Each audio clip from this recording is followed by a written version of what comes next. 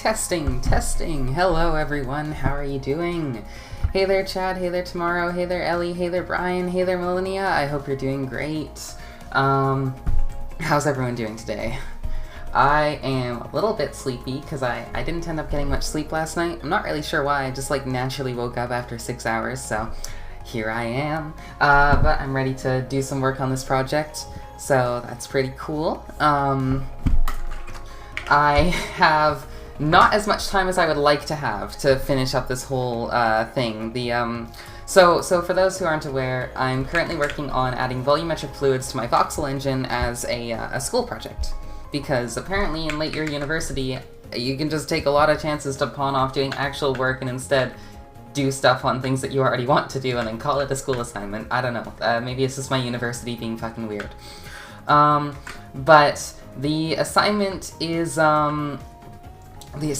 due on the 13th of December, and to make it actually get full credit, which, to be honest, I don't particularly care about, I need to get liquids rendering, simulating, and optimizing, in the sense that if inflow and outflow of a region of space is the same no matter what, it should basically freeze the entire simulation.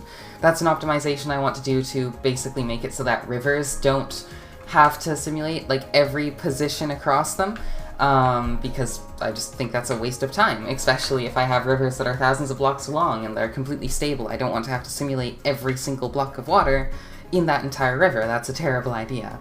But yeah, those are basically the benchmarks I gave myself to try and complete the assignment with full credit. I actually just need to do the bare minimum to pass this course, because the assignments are pretty straightforward, and so grades are pretty good, but I have literally nothing rendering, so that's gonna be a slight problem given it's an animation course. Hey there, Addie, please. Hey there, Toffee. Hey there, Bacon. How you doing? Alright, yeah, so... Oh, also ears timer. Oh boy.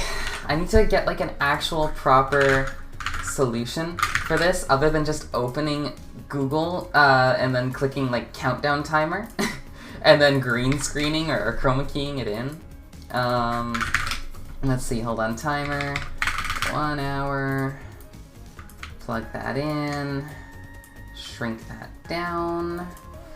Okay, let's get the window capture going. We want the timer, and I'm gonna need to reset the transform. Cool, yeah. Let's just crop that in. See, this is how the professionals do it, live on air. There's this weird thing, like, I actually really like when, like, streamers fuck with their, like, streaming configuration while they're live. There's something just very, like, personal about it. It's very strange. Just casually adding volumetric fluids, huh? I mean, yes. I don't know about casually, but that's the goal, right? So, yeah, that's what's currently happening right now. Alright, so... Yes, I got the ears on, okay.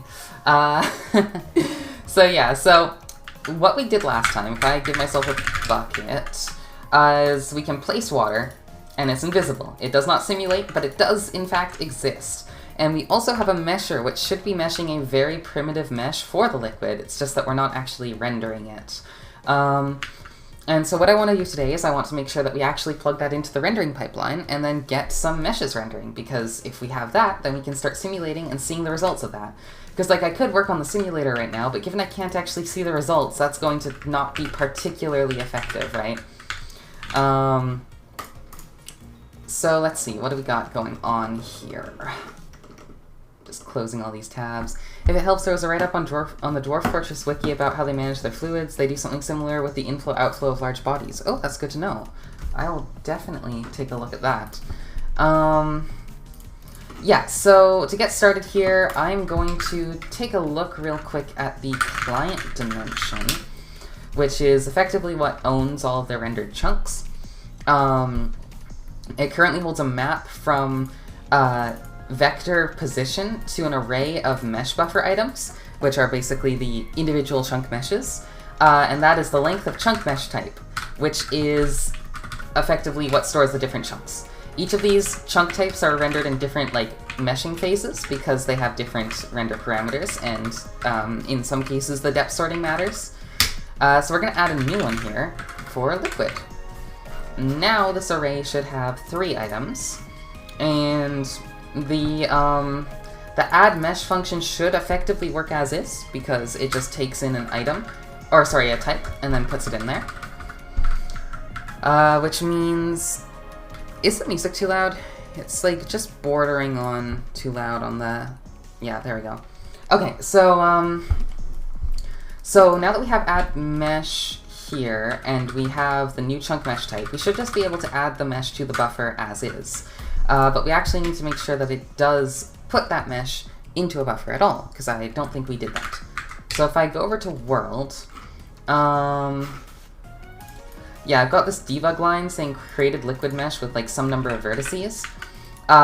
You'll notice that it's not firing right now, but if I break a block, then it does. And that's because I'm kind of dumb, and currently breaking or placing a liquid does not recompute the meshes. That's kind of intentional, because in the future we don't really want to remesh all of the blocks just because liquids have changed.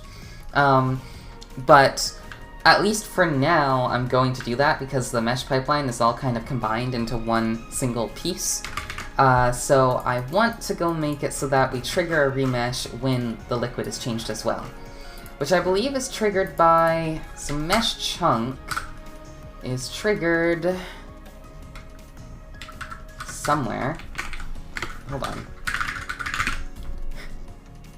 Kind of dumb motherfucker who made a game from scratch. Okay, just because I've done a big thing doesn't mean that it can't also be incredibly dumb. Okay, so yeah, on node changed we have this mesh chunk function. And we're effectively going to have to do the exact same thing. In fact, I almost just want to change this to like node or liquid changed, because it's effectively the exact same thing.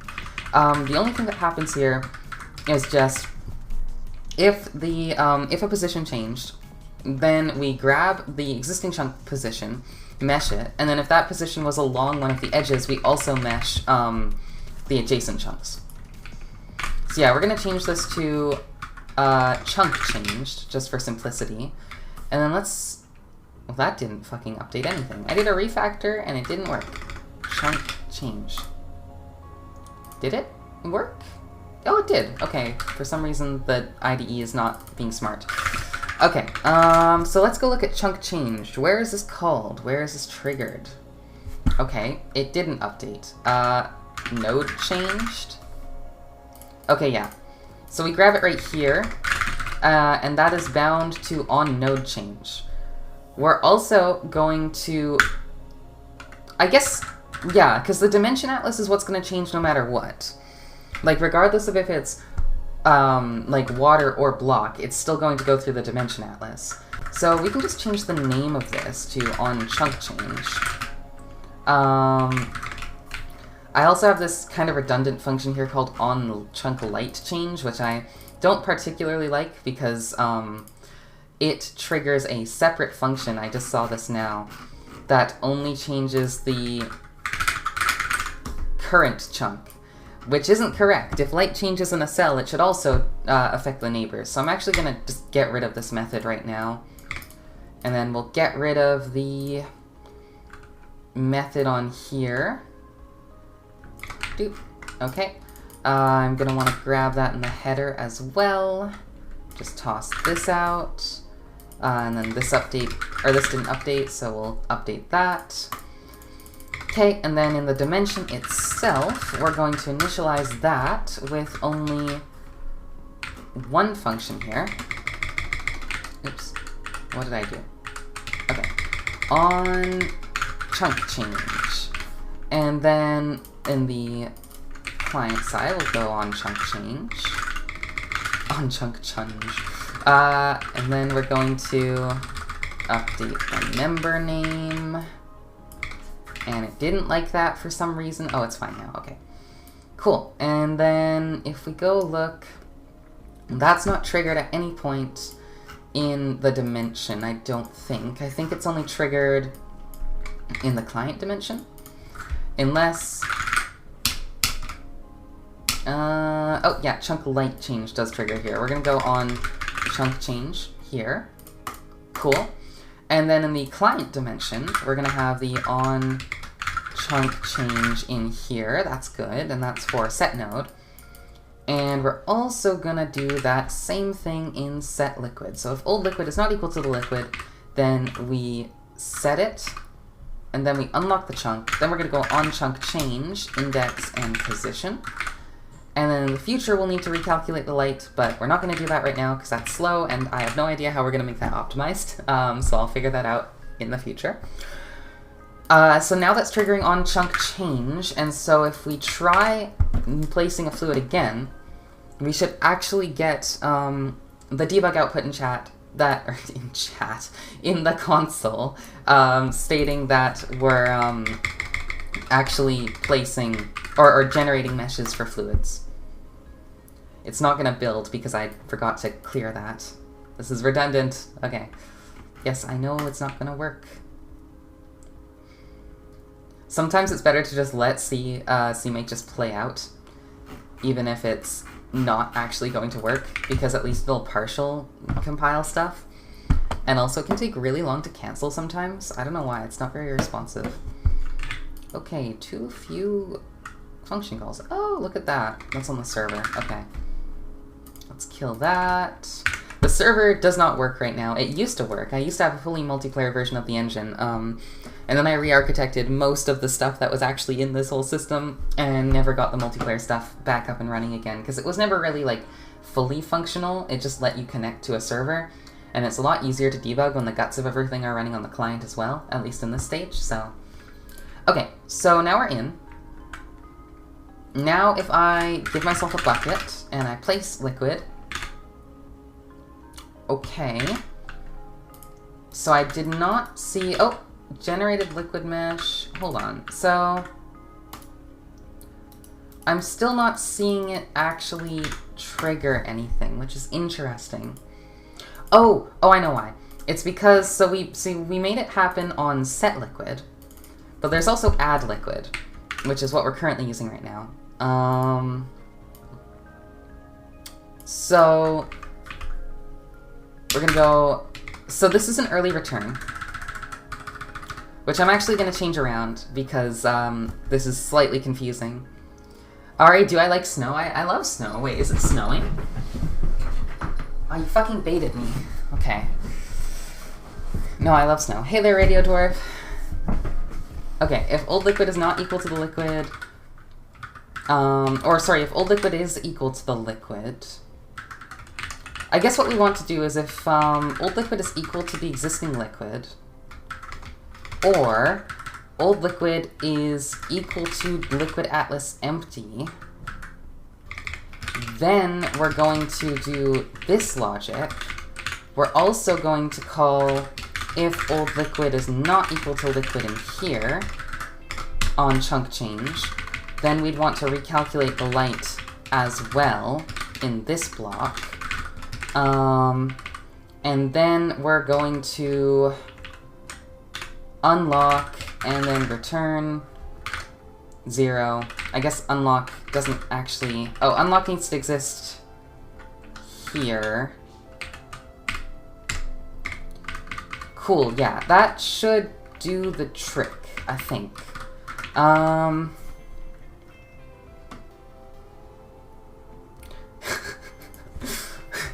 Okay, I see how it is. Snowing on the mountain like 2.5 meters. Oh, that's exciting.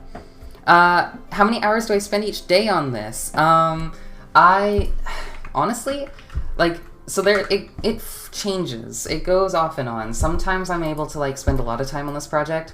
Recently I've been really strapped for time and I've basically only been working on it during the stream, so that's like 3 hours a week. That is not something I'm particularly satisfied with. It's just kind of the situation right now, which is unfortunate. Okay, so now if we try to place liquid, give bucket. Alright, that was meshed, created liquid mesh with 4 vertices, 8, 12, 16. There we go, okay.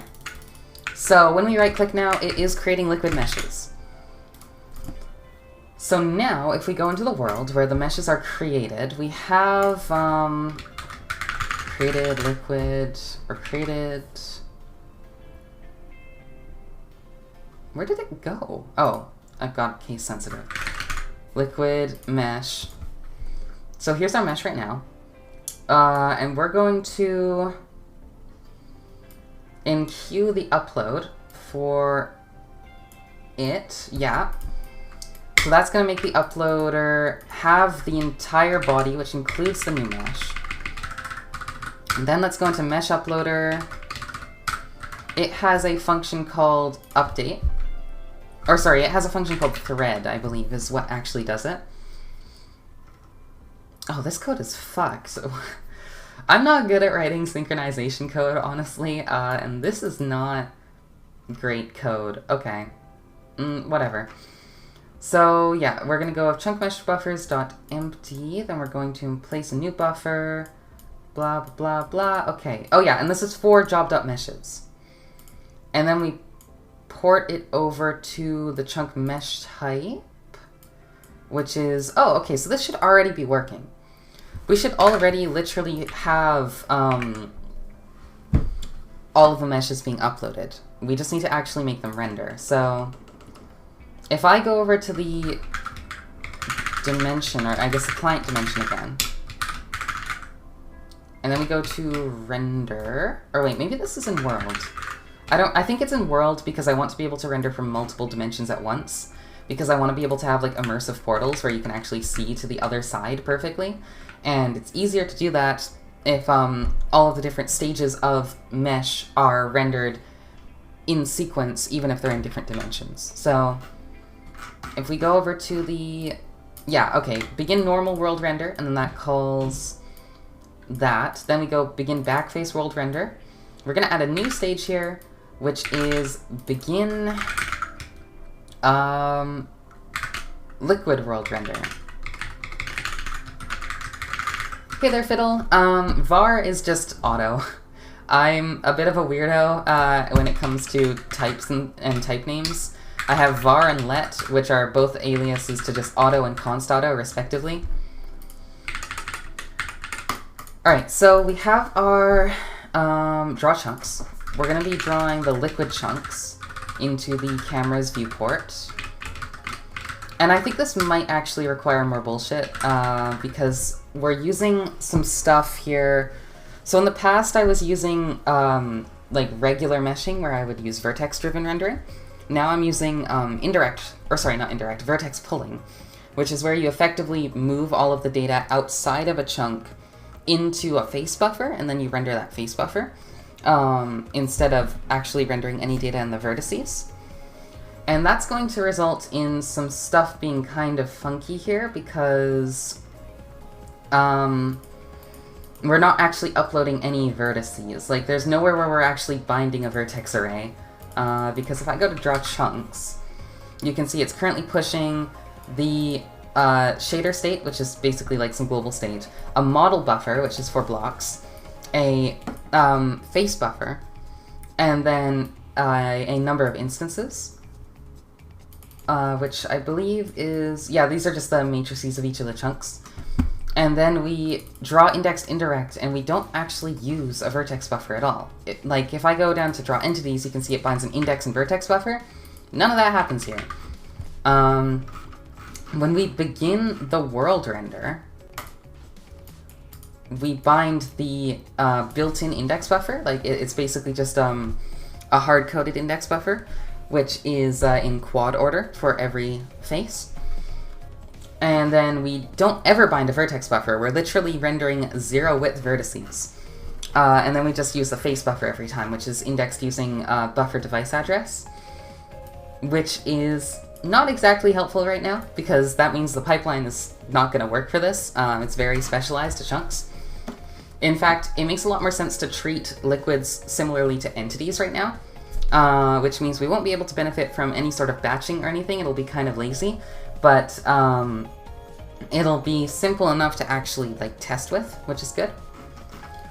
So effectively what we want to do is we're going to call draw chunks for the first two. Then we're going to begin liquid world render.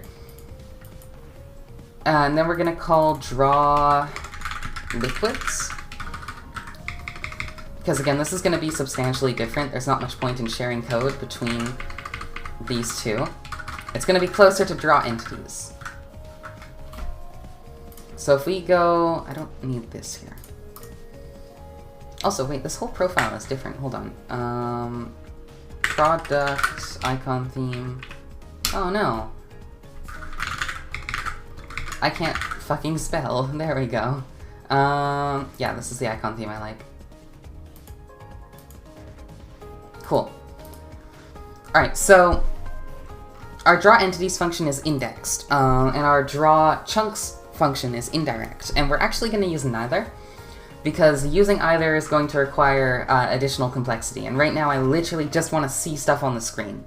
So we're going to add a new function, draw liquids, which takes in a renderer, takes in a chunk mesh here, and then we're going to take in, or wait, no, we don't need the chunk mesh type. Then we're going to take in a frustum. Cool.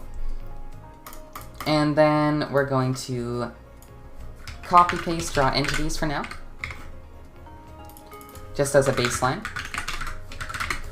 Cool, and then we don't want to do anything with entity appearance groups. Entity appearance groups is basically for instancing. If you're not familiar with like advanced GPU stuff, instancing allows you to render an arbitrary number of meshes with the same model, just with different like per instance parameters, which is a lot faster than rendering each of them separately.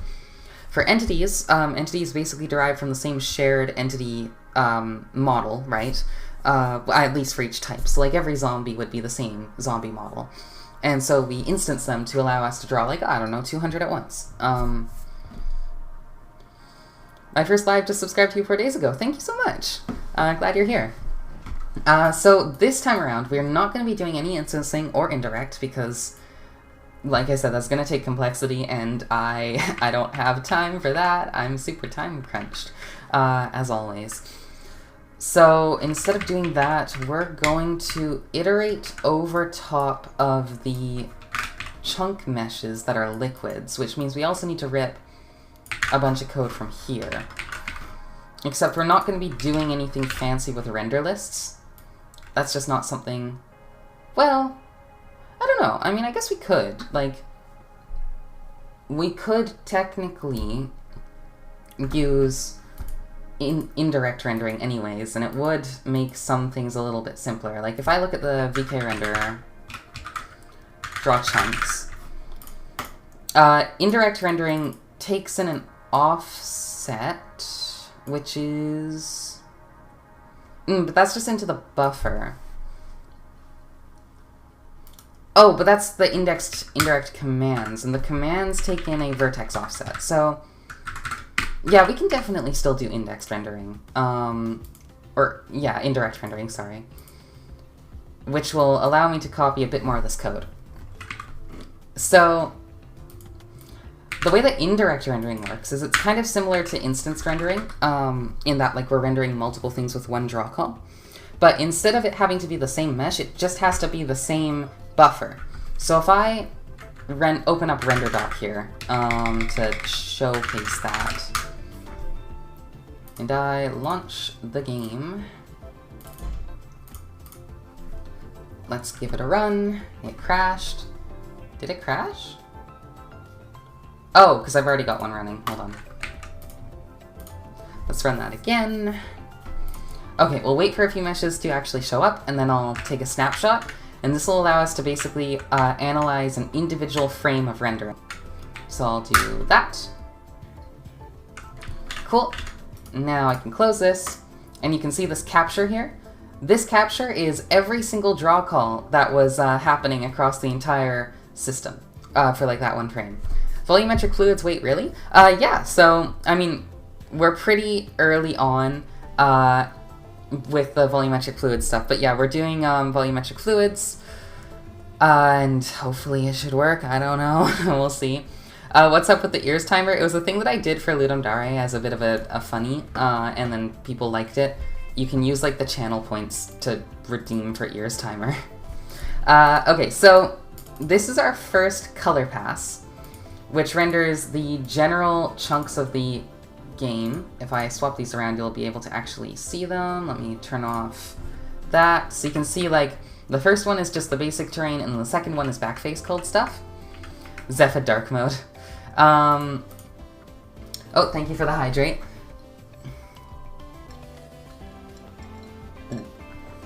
And you can see that each of these indirect commands has a number next to it, 802 and 657.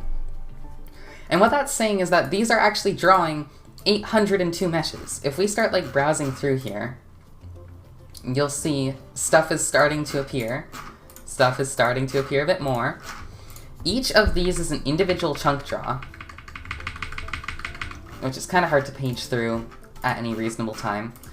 But they're all being issued by the same draw index command.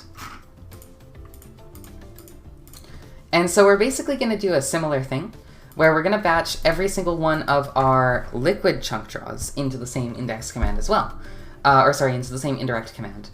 And then we're going to have those all run just as one top-level draw command that draws like a million smaller things. And this is basically just a performance optimization. It just makes the entire system faster. So yeah, let's go down here. So our render lists are basically a list of the chunks that we want to render for each buffer. Because if we're doing indirect rendering, all of the meshes that we want to render have to be in the same buffer of memory, which is not that big of an issue. You saw in that simple example, there was only one call for each type of mesh, which means that all of the meshes that currently existed already were in just one buffer. But sometimes we have a lot of terrain rendered, and sometimes they're spread across a couple buffers, at which point we need to actually render those separately, because we can't have multiple buffers of data in the same list. I just realized that's not true, is it? Because we're not actually binding anything anymore. Oh, the face buffer, though. The face buffer needs to be bound. So yeah, no, that's still true. So yeah, we're going to go into each of our chunk meshes, and we're going to grab the liquid mesh. If it's not created, which is also if it's empty, effectively, then we're going to continue. We're going to skip that one. We're also going to skip it if it's not in the frustum, which is the view cone that the camera can actually see. And then we're going to grab the existing render list, which is just a list of chunks that we want to render. It's basically just got a series of positions and a series of items, which are used by the engine to actually position and render the chunks. Okay, and then we're going to, if it is full, create a new one. And then we're going to add the mesh into here. We're going to add the position, and we're going to increment the count. Simple enough. Then, for each buffer and list, we're going to get a index indirect write command, which is basically just where we tell the GPU what to actually render. And then we're going to also do get chunk instance write pointer, which allows us to write... what is this used for? This allows us to write the per chunk information. And then we're basically going to be adding indirect commands for each chunk that we want to mesh, although this is going to be slightly different because we're not using a face buffer yet for the liquids, and probably won't ever. There's different optimizations I want to do for liquids because they're effectively, they don't have a model, like they do, but it's not like a per liquid model. It's not like you can customize the model of what water looks like. It's a carpet mesh, effectively, is what I want to have in the end. And so we're going to do different optimizations that constrain it to that scope. Hey there, internal static void. When did C++ add var? It didn't. This is a macro I have to auto, and then I have let defined to const auto, because I'm a JavaScript bitch. But yeah, so that's what those are. Also, hello, very happy to see you working on this. Thank you so much. JavaScript ringed. Yeah, I mean, I don't know. I like it. Okay, so we've got our indirect command pointer, which is basically where we write the commands that we want to draw. Then for each of the items in the list, which are the individual chunks we actually want to mesh, we're going to define stuff. So the index count needs to be equal to the vertex count times 6, I guess, is appropriate, because we're still rendering as quads. So yes, this comment holds true. Instance count is 1. This is a weird thing, so technically render indirect can also render indexed inside of it. It's like a superset. Instance rendering allows you to render one mesh multiple times. Indirect rendering lets you render multiple meshes in the same buffer in one command, but it also lets you instance those meshes, but unfortunately that's not useful for us right now. If there are 5 JavaScript haters, I am one. If there are no JavaScript haters, I'm surely dead. Fine, but I don't know. It's horrible, but it's my type of horrible. Like, why do you think I develop in C++? I like terrible languages. I don't know, there's something wrong with me. Our first index is going to be the first index into the index buffer that we're actually rendering, which is always going to be 0, because we actually use a fixed index buffer that is just generated from, like, each quad from 0 onwards. Because we can basically optimize, because it's a voxel game, that all meshes are going to be quads, and if they aren't, we can create shitty quads by just adding an extra vertex that overlaps with one of the previous vertices on the triangle, which causes it to render like a quad, but display like a triangle. It's horrible. Our vertex offset actually matters this time. So, previously, it didn't matter, because for chunks, we don't read the vertices at all. They're actually 0 size. Instead, we read the face offset, which is the index into the face buffer. But we don't have a face buffer for liquids, so we're basically just going to take this vertex offset and toss it right here where it's supposed to go. Then finally, first instance is basically just a technical detail. You can set this to any integer, and then the shader will get that integer when it's trying to render the mesh. And we use that to figure out which mesh we're actually rendering, to then index into the instances array to get the position of the chunk. Which in this case is not going to have the face buffer position, or the face offset. Actually, we'll keep that in for now just because it creates less code complexity to try and create a new struct. Okay, so now that we have the index buffers populated, we should be able to call draw liquids with the buffer and the count. And we're going to actually have to define that. So we're going to go into the renderer. Do I still have the generic renderer? No, I don't. So I could get rid of the word VK from all of these things. I used to have it, so I programmed this engine in OpenGL initially, and that's how it stood for like 4 years. Then I swapped over because of some bullshit that that really bugs me. It's a long story. Eventually I'm going to make a YouTube video about it. And for a while my engine had both like type defs for Vulkan and OpenGL, but I never wanted to keep them around. I basically just had them there for like reference, and finally I recently got to the point where I felt that the Vulkan stuff had matured enough that I could toss out the OpenGL stuff. But now there's just a bunch of things that are named VK that don't need to, because they were like the counterparts to GL versions.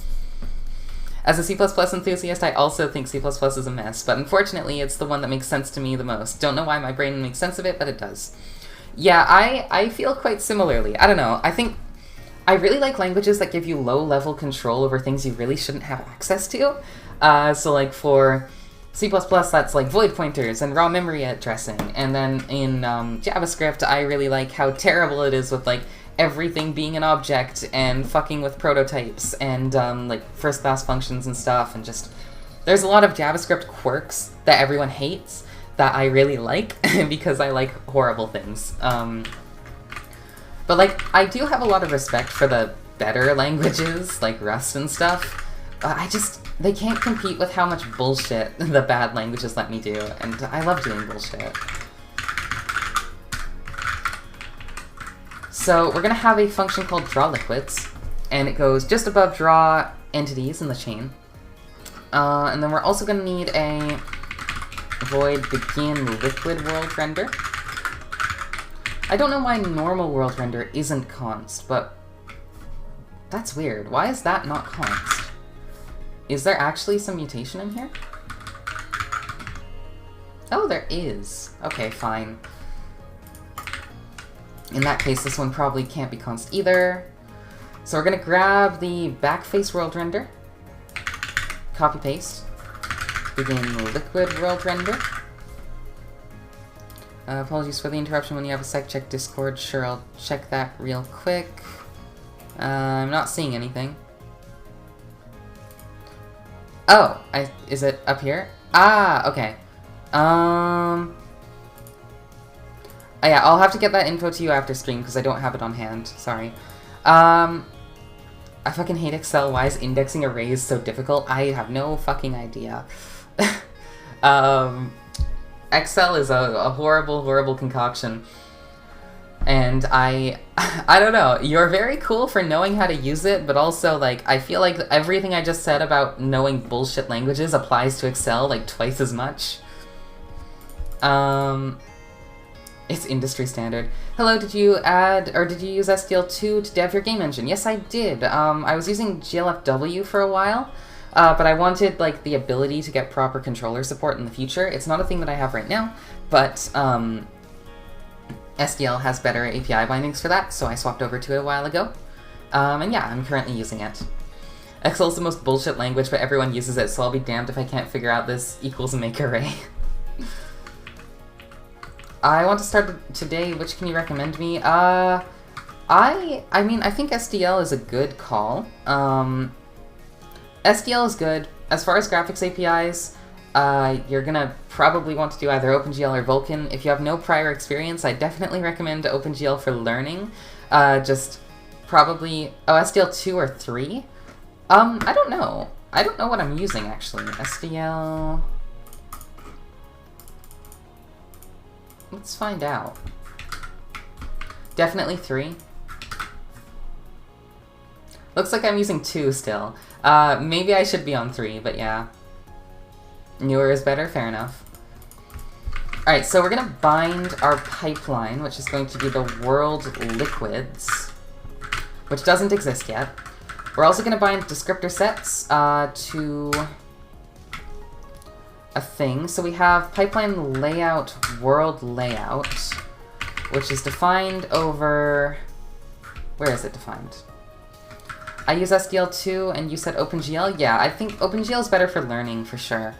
I swapped over to Vulkan because I found some limitations of OpenGL frustrating, but unless you're pushing the boundaries of what, like, OpenGL can handle, you'll probably be fine and it'll be easier.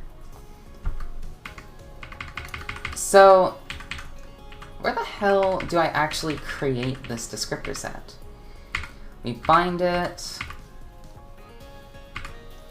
I'm currently using VS Code, but CLion is really nice if you want, like, better IntelliSense features. I really like the flexibility of VS Code, though. SDL3 isn't fully out yet still? Wow. Okay, where the hell is this? Pipelines.world layout. Ah, okay, here it is. So create pipeline layout is up here. So what is world layout exactly? It takes in pipeline layout info, which has one layout for the textures, and then one push constant that's equal to push world, which contains state models, faces, indices. Okay. Or, sorry, instances. Nah, that's fine. I will continue using the world push constant, or the world layout, even though it's kind of not optimal here, at least for now. Until I solidify what I'm actually going to be doing with the rendering, I'm just going to take the easiest options here, because I don't want to add a lot more shit. For build systems, what do you recommend? CMake? I use CMake. I've heard some people like Xmake, but I haven't had experience with it. CMake has a lot of documentation and resources for it, so I would say that that's a good starting point at least. And yeah, no problem. Yum volumes. SDL2 is going to have way more learning resources. Agreed, yeah, for sure. SDL2 has a lot more things, but I prefer GLFW for windowing. That's interesting. Why do you prefer GLFW for windowing? Like, sure, it's a little bit less boilerplate, but like, windowing is the smallest part of actually building the like, it's the smallest part of what SDL does, right? Like, it's only a couple dozen lines of code. Unless you're doing something that specifically has a lot of windowing stuff. In this case, CLion, C++, SDL2, OpenGL, CMake. Yeah. Although it is, it's sea lion, not sea line. It's spelled like that. CMake definitely punishes people who don't understand the basics of build systems. I mean, you're right, but I don't think there's any build system that doesn't do that, because the C++ build system ecosystem just sucks.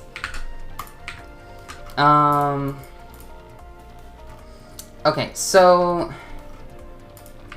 we've got our layout, then we've got our pipeline here, and this is the... Where is this? This is the world wireframe, world backface visible, world backface hidden. So these are the 3 pipelines that we use for rendering chunks. Then the entities one is somewhere else, I believe. Yeah, entity off-screen pipeline, and this is the world off-screen pipeline. So we're going to want to create the liquid off-screen pipeline here as well, which I'm going to basically pop into its own block of code here. One last question, how do you make assets for your project? I use GIMP. It's probably not the best. Like, if you wanted to use, if you wanted to do pixel art, I'd probably recommend Asprite. But I currently just use GIMP because I'm lazy and I don't want to learn Asprite. Yeah, sure, I can show the game. Let me go to the latest build because I don't think what I have is going to work right now. Let's go build rel with Debugging Co. Just give it a sec to spin up. Yeah, this is the engine right now. It's pretty like bare bones at the moment, but even using the GameMaker Studio built-in pixel art editor, I'm sorry for you. I used GameMaker Studio for a while, and I'm not a huge fan of its internal tools. Batch files and single file include dependencies or bust. That's fucked up. Yeah, this is a 3D game. It's a Voxel Engine. It's supposed to be able to like create games with a similar genre to Minecraft.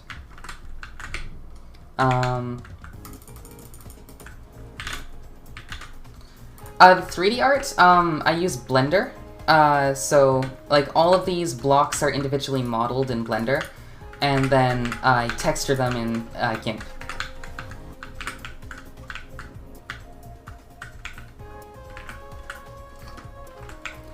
Yeah. I mean, Blender is pretty much the industry standard at this point. Like, there's other stuff like Maya and, like, whatever else those are, but, like, I don't think anyone outside of really, like, establishment-type places uses them anymore. I did model a cube. That's actually an interesting thing. I hear a lot of, like, people in the voxel game space, they kind of say that you should be hard-coding the cube meshes and only rendering non-cube models custom. But I wanted to have a lot of flexibility in the render pipeline, so I decided to not have any, like, built-in models. They're all external models. How kind you are, Flower Sticker, to you, and good luck. Thank you so much. I mostly do windowing things and graphical experiments instead of games, so I don't really need all the other systems SDL2 has. I don't know why, but I also prefer how GLFW handles input. That's very fair, honestly. GLFW's input is definitely simpler. It just doesn't handle controllers, so I had to make the swap. But, like, no, I totally respect that. That makes sense. So we're gonna get our liquid shader. And we're going to create a pipeline. It's going to use the existing texture layout, although we don't need textures right now for the liquids, although we might need them eventually. We might need them eventually, because we might want to let people texture liquids. Like, I want to do a bunch of shader stuff, yeah, I want to do a bunch of shader stuff that makes liquids look nice, but I also think we should be able to have textured liquids. Do you sometimes have the urge of refactoring everything and being a perfectionist? Yes. I mean, that's basically why this project has taken so long. Like, I've refactored every aspect of this code so many times. How do you do voxel-specific stuff if all of your cubes are models made in Blender? Like 3D meshing. I basically analyze them at runtime, or at, I guess runtime, but like at ingesting the definition time. Like if I go over to the node mesh data file, this is what's responsible for pulling the mesh data out of GLFW, and there's a whole section called compute spanning, which basically just analyzes all of the faces for a specific mesh part, and then checks if they are planar across a specific plane, either X, Y, or Z, and then tells it that it's greedy meshable.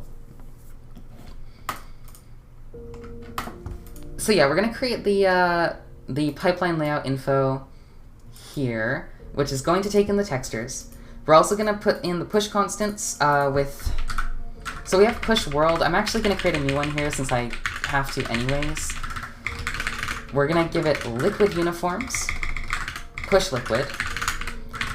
These are basically push constants, or I guess they are literally push constants, but what push constants are is effectively Vulkan's concept of uniforms. I don't know why that got blocked, that was weird. So basically the liquid uniforms are going to be the state of the shader. We don't need the model buffer or the face buffer, neither of those exist here, but we do need the instance buffer, which tells us what the actual position of each chunk is. Really, this guy's made the best greedy mesh tutorial / showcase. Is that, I can't click that right now because it's gonna blast the audio at maximum volume. Is that like Tantan's binary greedy mesher? People have talked a lot about that. Oh, it was blocked due to being a link. Oh well. Whatever, Twitch. Do I have devlog videos? I do actually do YouTube videos. I don't have that many of them, but I'm working on having more over time. And I do go into detail about some of the voxel stuff that I'm doing here. My YouTube channel is here if you're interested. Mostly because you hate dealing with descriptor sets. Descriptor sets fucking blow. I hate descriptor sets. I'm using all like bindless device addressing, or direct bindless. I don't remember the acronym, but you know. Yeah, bindless. So yeah, we've got the push liquid, which is going to include 2 addresses, one to the states and one to the instances. All their greedy meshing... wait, GLFW doesn't do controllers. I'm pretty sure it does because I've done it before. It might? I thought it didn't. All the greedy meshing people presenting their algorithms without dealing with T-junctions is so frustrating.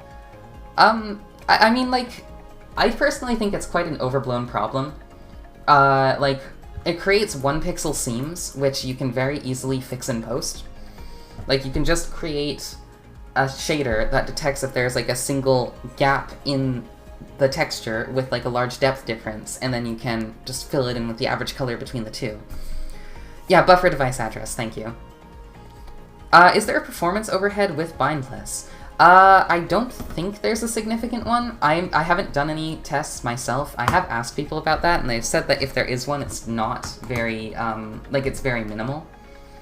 Modern graphics cards are very good at just addressing arbitrary memory, because they work very similar to actual, like, CPUs, where they cache, like, actively addressed locations, right? So if you're using static pointers into memory there, then they're going to optimize that as well. So we have our push liquids, which is going to go into here. Cool. Then we're going to create the pipeline layout. We're going to bind it to liquid layout. This is where it goes, which means we need to create a new address in here. VK pipeline liquid, VK pipeline layout, liquid layout. I'm going to move these all the way up to, I don't know why I don't have defaults assigned, or maybe why I do have defaults assigned. This is kind of irrelevant, but I'm going to move these up here, because they go after the world layout. Okay, so now we have the liquid layout. This is my least favorite part of Vulkan, is defining the graphics pipelines. It takes so much boilerplate to do that.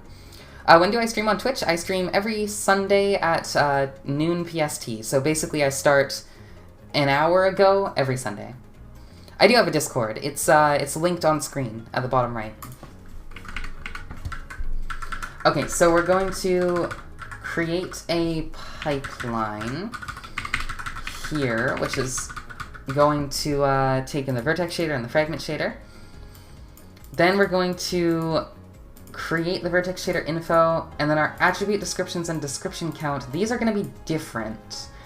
Because, like I said, in the past, I just haven't actually had, or I guess I don't have any vertex data in the chunks, but we do actually want vertex data for the liquids. For DX12 and to be ported to Vulkan, I actually created a whole scripting language that automates creating pipelines. Irrelevant to what you're doing, but I thought it was cool. That is really cool. If you ever make that like a finished thing, that would be very nice to see. I hate creating pipelines so much. What's my name? It's Ari. A bit simple because that's like my Twitch name, but a lot of people don't use their actual names for their accounts. I do. It's just Ari. So, vertex input state create info. So, we're creating a vertex. The vertex input state. And then we're going to call liquid mesh vertex create vertex description. Which is, or I guess let's go liquid vertex. Chunk mesh liquid vertex create vertex description. Which isn't going to work because this isn't an instance of the vertex which I want. So let's go to chunk mesh. Alright, glad to meet you. I hope I learned C++ with your help. I'm glad that you, I hope you do too. Good luck. Alright, so we're going to create a liquid vertex. We're gonna go, so I have a macro for this, which I'm slowly phasing out. And this will be phased out as well when we, handle the actual, like, face buffer stuff for the liquids. But if I go over to, like, entity mesh vertex, you can see that I'm calling a vertex macro, which takes in a type and then a name for a bunch of different types, and then it creates a bunch of utility functions. So we're going to call vertex, and we're going to go ivec3 position. Or I guess we'll do an ivec4 just for alignment purposes. And that's going to be our position for our liquids, and then we're going to give another ivec4 for color. That should be all we need. Why is it not working? Is it because I don't have this imported? Probably. Let's see.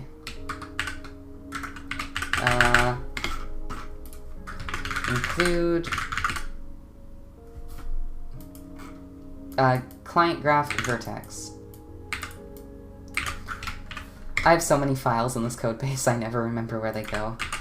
Okay, so we're creating the liquid vertex, which has the position and the color. Then we're going to go into the renderer, and then we're going to call create vertex description, which returns bindings, attributes, and flags, which are the parameters that need to go into here. I don't actually know what flags does. It might be irrelevant, because I don't seem to use it anywhere. Does it get used for the entities anywhere? No. Okay.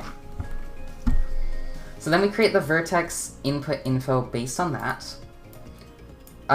Then this stuff is just for like handling, managing pipeline stuff with like shared clipping bounds and stuff. I set this up a very long time ago,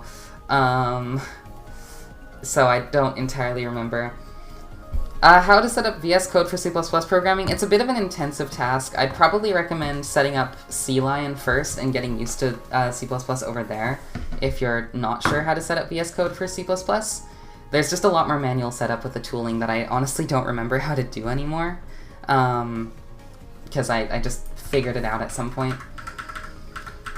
Okay, so we're going to be rendering triangles. We're going to not cull anything yet, because I don't want to accidentally be culling stuff and then realize that it's not working. Then we're gonna enable multi-sampling? Or is that just... Oh, okay, that's just me saying no multi-sampling. Don't you just install the C++ plugins from the plugin manager in VS Code? Yes, but there's a bunch of weird shit with build tools that I don't really remember how to set up, and CLion does that automatically. And I know that's not automatic. I had to do that myself, and it took some time. The basic rundown of how it worked is that there's a default pipeline that all shaders sort of inherit with sensible defaults, and then you write the shader, the shaders, which ones you override, it gets serialized into JSON, and then basically the actual engine is a sort of dumb loader translating the JSON fields into D3, D12 pipeline states. Now, that's cool. One of the cooler things, though, is that it would parse and interpret your input layout structure for you. Like the vertex structure, or would it be like something else? Okay, we create the depth stencil, we're going to create position, normal, albedo. I guess we do need that. Color attachment count, sure, depth attachment is a float, etc., etc. Okay, pipelines.liquid is going to be build pipeline. Okay. Pipeline builder.rasterizer is going to be... What is this for? Oh, this is for the other shit. Okay. Cool. One of the... Oh, yeah, the vertex structure. DirectX has it on easy mode, though, because HLSL, there's a specific syntax to describe your vertex inputs. Yeah, the stuff for that in GLFW really sucks. Or sorry, not GLFW. Oh, GLSL, yeah. So I feel like I'm missing something. This is a foot gun that always gets me. So I have liquid layout in here.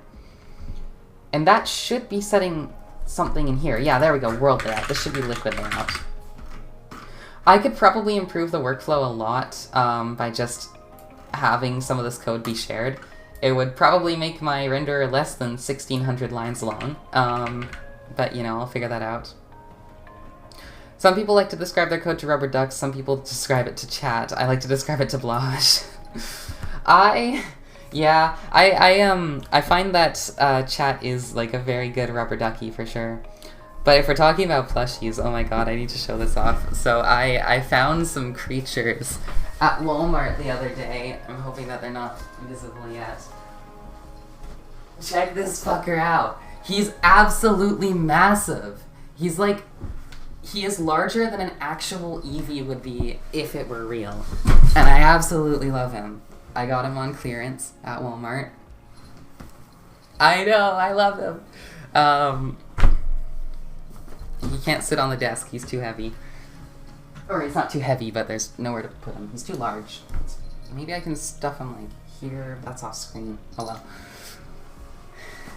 Yours is... Why is yours better?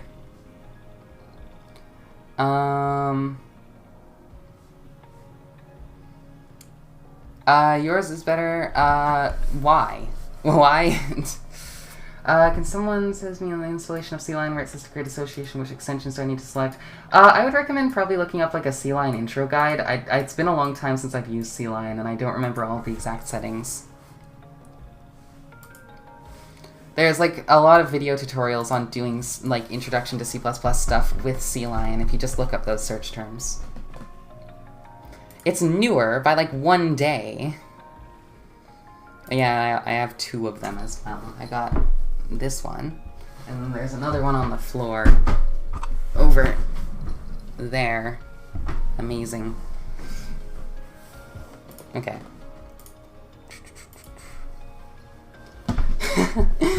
I love the EVs too. Okay, so we've created the pipeline. Now I need to remember what I'm doing with that. I think the whole point of that is that we need to bind the pipeline in here. Then we'll do liquid layout, descriptor set 1, pass in the textures, good. Then we're gonna bind the index buffer, that's always the same. Is there anything that I need to do over here, though? Let's confirm. I'm just gonna copy paste this for now. So we have bind pipeline, that's fine. We might need to set the viewport and the scissor, because it's a different pipeline. Then, do I need to bind descriptor sets? No, I already do that. I already do that too. We are probably going to have to send a new shader state, so that is good to have. Hey there, Muabdelalim, how you doing? I can't show the project repo, unfortunately. It's a closed source project.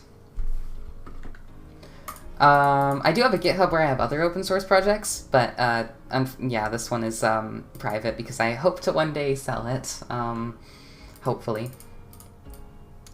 Okay, so yeah, we need to set up a shader state, and we're going to... What am I actually doing here? So we're getting the buffer offset... Oh, it looks like... It looks like this is actually just, this is just adding another shader state with the projection and view matrix, which is not useful. We don't need that here. That state remains constant, so we're good. Okay, and then let's go back to the renderer. We're going to begin liquid render. In liquid world render. I'm seeing like a fucking turf war happening between the YouTube and Twitch people. Okay, so yeah, we have the liquid render beginning. And then we're going to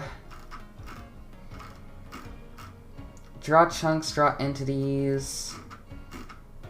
Okay, so we need to draw liquids, which is going to go right here. Unless I already have one. Hold on. How did I progress with C++ knowledge? Just a lot of trial and error, honestly. It just takes time, a lot of practice, a lot of resources. LearnOpenGL.com is great for learning like the graphics programming side of things, but if you've never used C++ before, I'd recommend looking up some YouTube tutorials for that as well.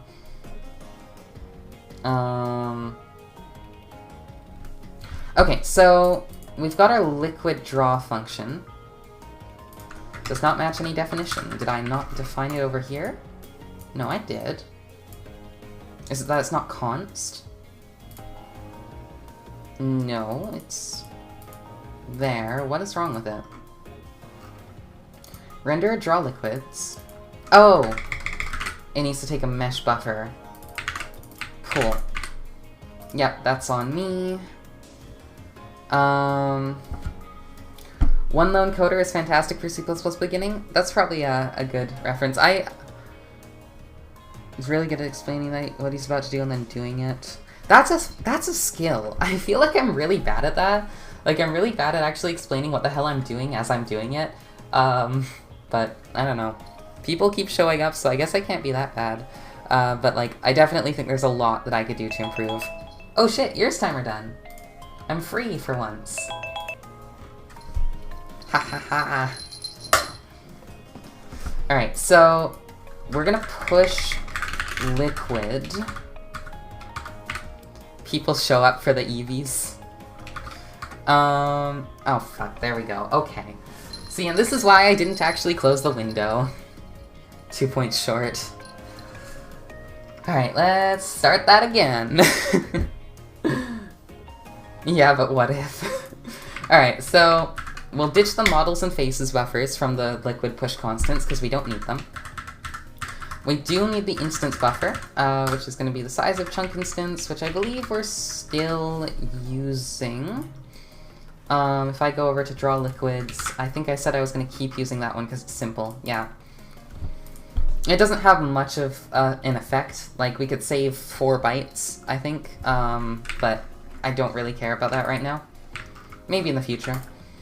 So then we're going to draw index indirect. We're going to take in the indirect buffer. We're going to do that shit, and we're going to draw it. But, we're missing something. Yeah, we need to also bind the vertex buffer in here. Because unlike the chunks, we're not using just raw buffer device address. We're actually binding vertices, at least for now. So we're gonna grab buffer dot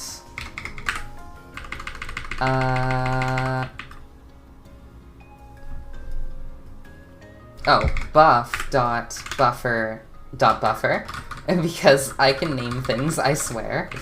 And then our vertex offset is going to be 0 for the actual the vertex buffer here. We have individual offsets in the indirect commands, so hopefully. For the person who wanted to learn graphics programming, please make sure you learn basic intermediate programming first. I personally believe that graphics programming is more of an end goal, not the starting line. That's a good point. There's definitely a lot of like foundational knowledge that I wouldn't really know how to explain. I'm not much of an educator, but like if you're wanting to make any sort of video game that has graphics, especially if it's 3D, learning how to program on like a foundational level is incredibly important. I think the best part of Lone Coder is that you can take the first explanation part of the video and translate it to any language. That alone is good enough to translate to any language if you have a basic understanding of syntax. Oh, you're talking about any programming language. Yeah, for sure. All programming languages are the same in a lot of very critical ways. Although I will say I've lost a little bit of faith in the idea that all languages are transferable.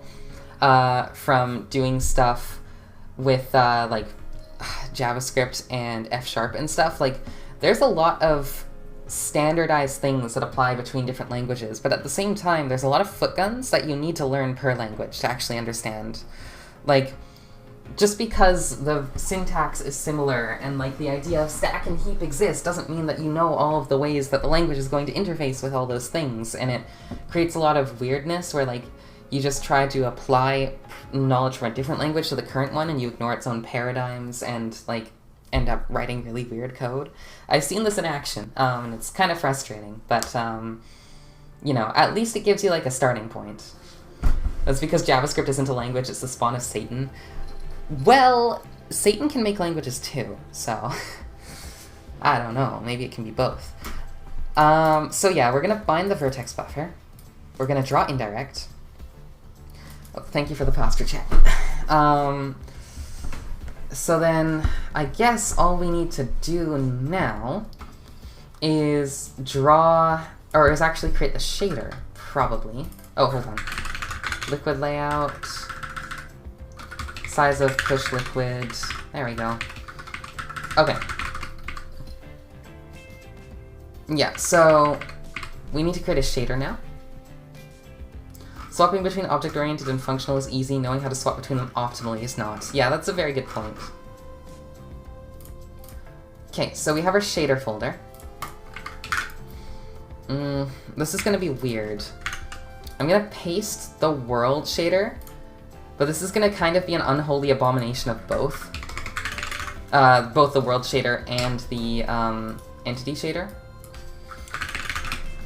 Because it kind of contains aspects of both of them, and it also can just toss out all of the mesh modification stuff that doesn't need to exist.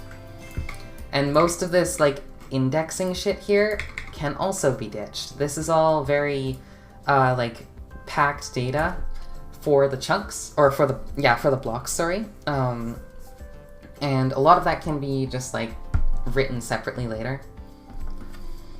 You can get away with structs in C++, but should you? Probably not.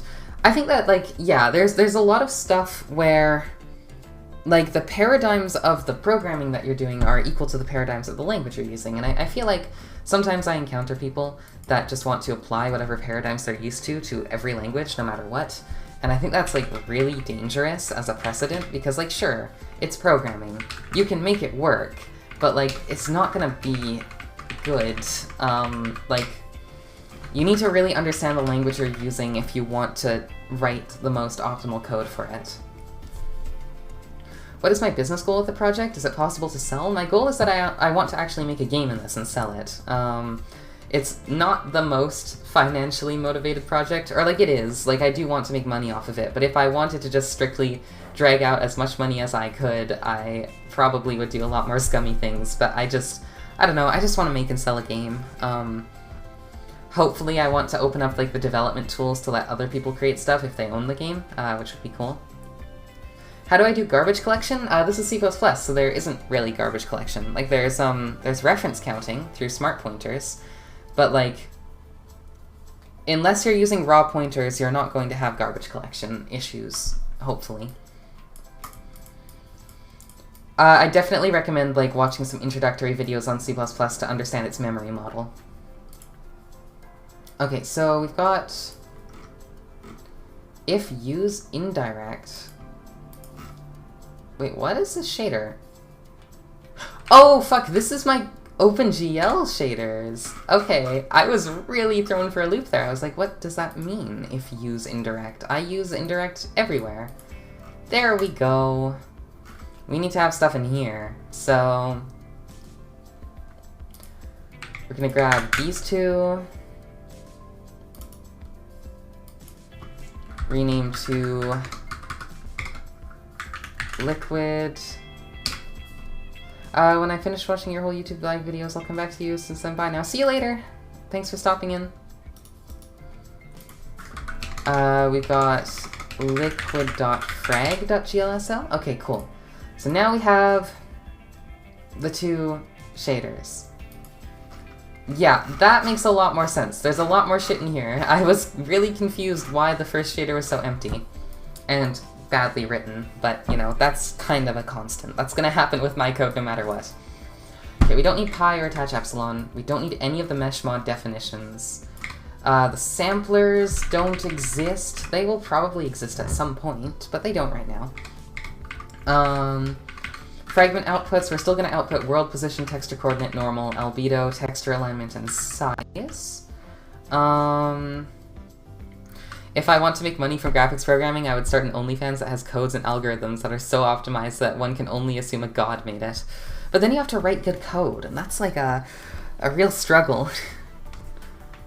Alright, so then we're gonna have the... We don't need the noise sampler. That's not going to exist over here. And then we also don't need albedo output. We will send out an output for color. What is f-size again? Oh, that's just for tiling. Yeah, we're not gonna output that. So we're gonna output position, normal, and color. Very, very simple. We don't need the model buffer. We do need the instance. We're just gonna have the same stuff because I'm basically just using the same struct. This doesn't need face offset and should be removed. Or rewritten. Okay, we're gonna have state, we're not gonna have faces or models, and we are gonna have instances. OnlyFans, but you describe various algorithms in an explicitly sexual way. Jeez. I am frightened to imagine how that would work, but if it pays... Alright, so we're gonna have our state, our models, our encoded faces, and our instances. We don't need to unpack a normal. We don't need the masks. We don't need any of this shit at all. Lots of dead code for the block stuff specifically. We're gonna grab the instance. We don't need to grab the face, and we don't need to grab the model. We don't need the vertex int. And the vertex floss is literally just going to be input, so we don't need that either. Oh,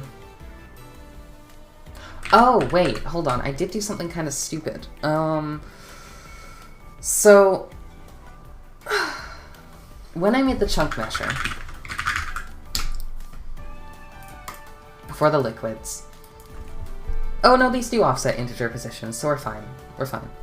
For some reason, I thought I put the same position for all four vertices, because I was going to offset it by the index of the vertex, which would have been kind of annoying. I'm glad I didn't do that.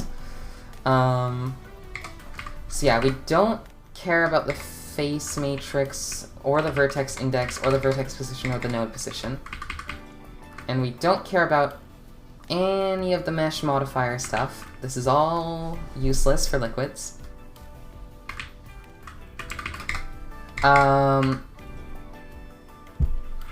This is basically nothingness.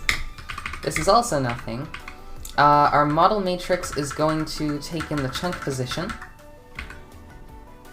And then our world position is just going to be model matrix times the vertex position times node size, which is 1, minus 0.5. Okay, that's a bit redundant. Vertex position plus 0.5 minus 0.5 can just be simplified. Cool. Then our GL position is going to be the projection times the view times the world position. We don't need the texture coordinates. The normals, we do need to output normals, but I don't want to compute normals right now, so I'm just gonna output 0, 1, 0, 1. Text alignment doesn't need to exist, but we do need to go f color is going to be equal to, let's just do red at first to confirm that this is working. Then we actually need to rip some stuff for reading vertex attributes out of the entity shader, because for all of my shader stuff, I don't really remember the syntax very well. Okay, and this is going to have two things. The first is it's going to have a uvec4 of the vertex position. Just confirming, yeah. Or sorry, it's, I guess, an ivec4, but, I guess, like, is ivec4 type? It is, good. And then we're gonna also pass in a uvec4 for the color. These can both be unsigned. I don't know why they're signed. Let's just do that. And then we'll do two uvec4s. Those are the only things that are coming in with the vertices right now. What's the essential math/physics I should learn to become better in understanding what you do here? Linear algebra is really important. So like matrices and like the fundamentals of raycasting. This isn't a ray trace engine, but knowing how raycasting works is very important. Projections are important for understanding how like view matrices work. Although, to be honest, I don't really understand them intuitively. I know, like, scientifically what they do, but, like, I still stare at them and I go, what the fuck am I looking at? I don't know if people actually understand those on an intuitive level, but you at least need to know they exist. In general, like, I don't know what stage of education you're in, but I learned a lot of matrix math stuff in year 3 of my computer science degree. But you can also learn stuff like that from, like, learnopengl.com as well. It's just, it won't give you as deep knowledge. Physics stuff, I'm pretty light on the physics as far as this engine's concerned. I'm actually tempted to do some more stuff with physics because I've been learning about some like spring-based models from an animation course I'm in. But like as far as physics goes, like as long as you understand delta time and then applying like stuff over time based on it, you should be good for like this sort of project. For shader code, there's a lot of bullshit happening in shader code. I don't even think that knowing math is that important for this. I'd say what's most important is understanding, like, bit alignment and, like, memory stuff, which you know, that's quite important for any sort of, like, super optimized programming, but it's especially important for shaders because they're super low level. Like, I do a lot of bit stuffing, and, like, very specific swizzling of, like, certain data and masking and stuff. There's lots of good resources about that stuff online.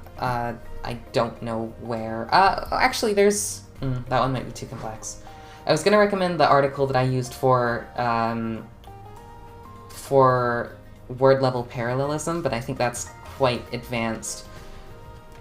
But, like, basically just understanding how binary operators work is pretty important, and that can take a little while to understand. For physics, you could look into kinematics. That'll go a long way and usually leads to everything else you need to know for the graphics programming context. That's interesting. I'm currently learning about kinematics right now, and I never found that it was like a thing that I needed to know up till now. It is definitely super important, and I'm glad that I'm learning it now. I've just never thought about learning stuff in the direction of starting with kinematics. But no, that does make sense. That does seem like a good pipeline. What about monads? We don't have monads in here. This is 6-year-old code. It's not up to spec. Okay, so instance.chunk position, cool, that's the model matrix. Then our vertex position we're going to replace with vcos. And then our normal, wait, this isn't normal, this should be vcolor. And we're going to pass in vec4 vcolor divided by 255.f. Yeah, no problem. Vcolor over 255.f is going to give us the actual floating point color, which is what we want.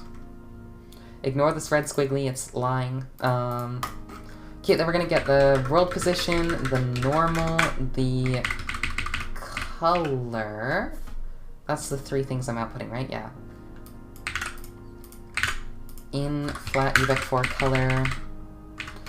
Then we're outputting to position, normal, and albedo, which are our buffers that actually store the colors, because this is indirect, or sorry, deferred rendering. So we're writing to multiple different buffers, and then we compose them all together in the end in screen space. We don't need either of the texture samplers. We will eventually, so I'm just going to comment them.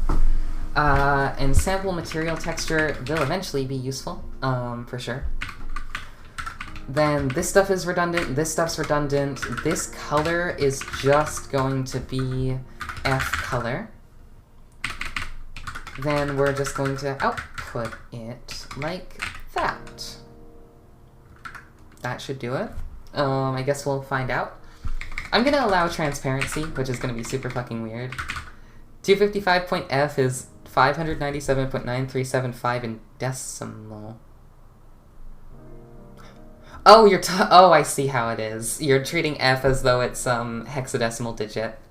Okay, sure.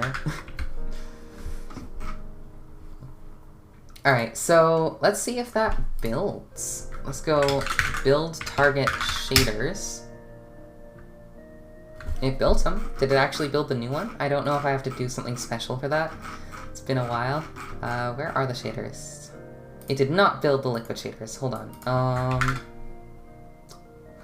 What do I do to make that work? Let's take a look at the CMake shaders. Okay, so that grabs all of them.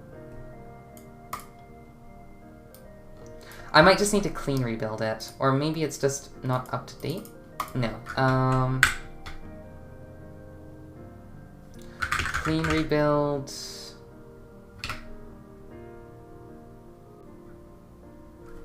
Oh, that's not building that. Hold on. No.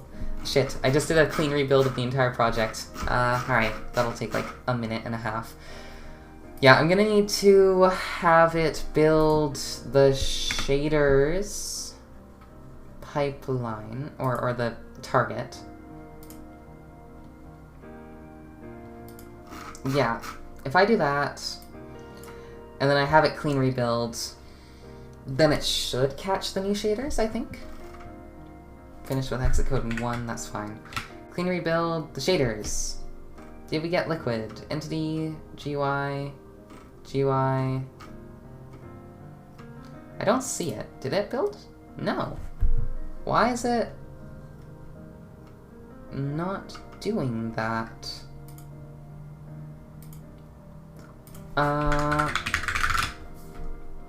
Assets, VK shader, asterisk, frag, GLSL. Building shader. Huh.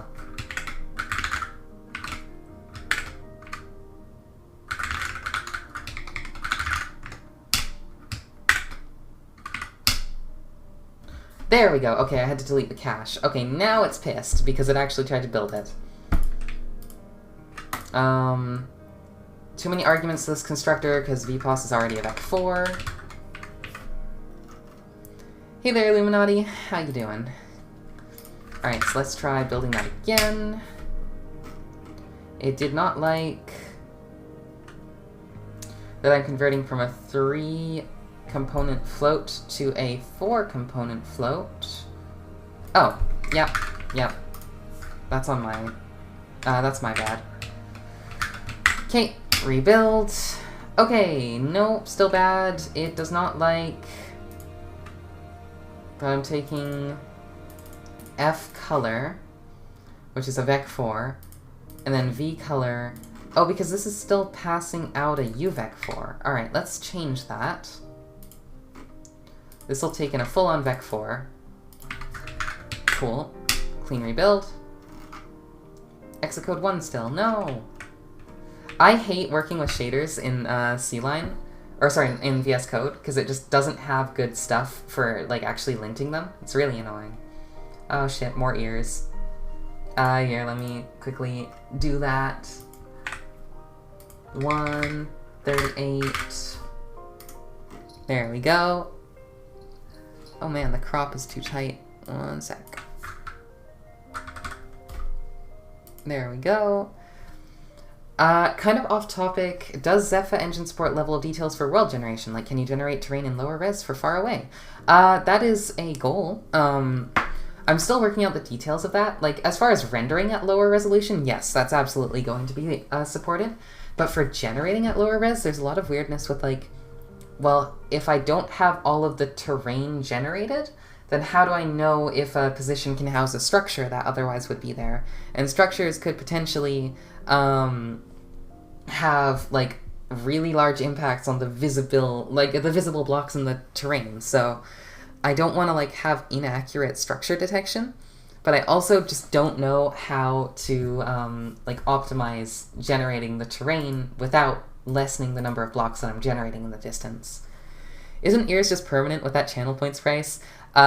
Maybe.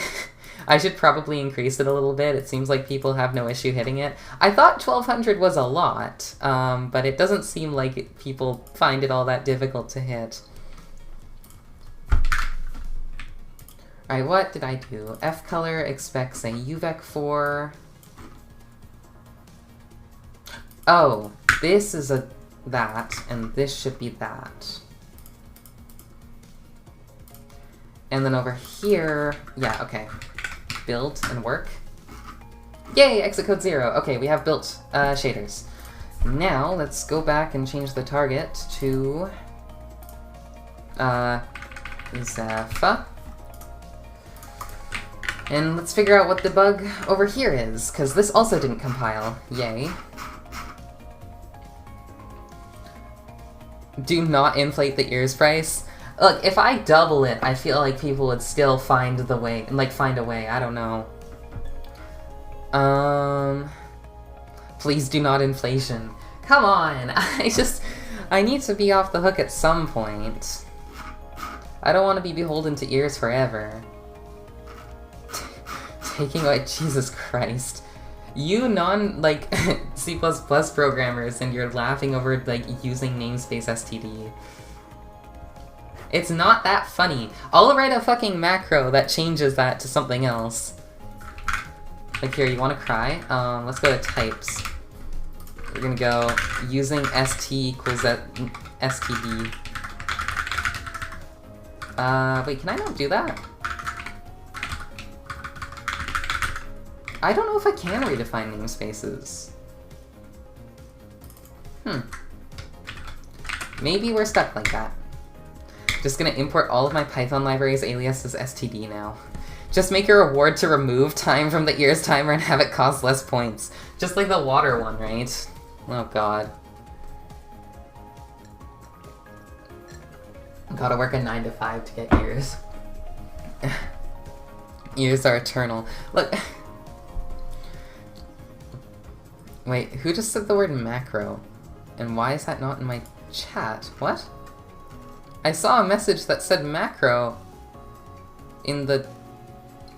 I'm confused. I swear I saw the word macro on the left, like... Oh, whatever. Define std. I don't want to do a macro for this. Non-subs get 320 points per hour, so 4 people can chain it infinitely. Yeah, that's a bit much. We'll fix that. Alright, why did this fail to build? Do I have to scroll up 1,000,000 miles to figure out? Oh god. Hold on, I'm gonna actually stash my changes and do a build I know actually works, and then we'll have the cache, and then it won't have to rebuild everything to figure out what's wrong. This is the most bullshit solution to this problem.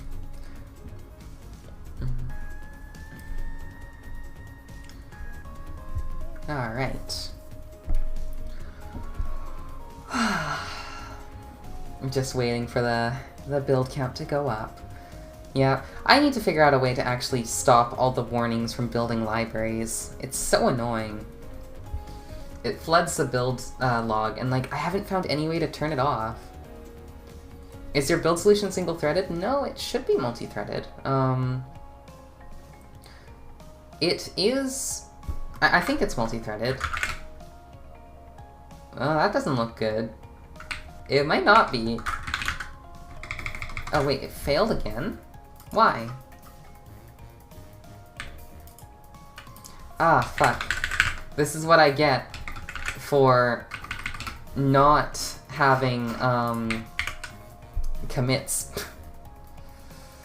Alright. Well, hopefully that gave enough of the cache to... Yeah, okay, here we go, here we go, here we go. There's an actual bug. Yes, I see it.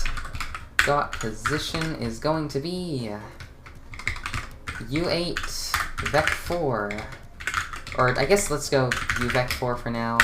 Pos.x plus offset.x, pos.y plus offset.y, pos.z plus offset.z. Oh. 1, sure. And then, why is this sad?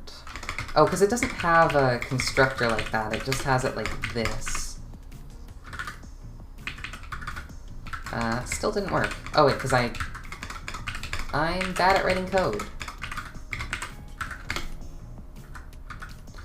Cool, and that's not working because... I think it'll work.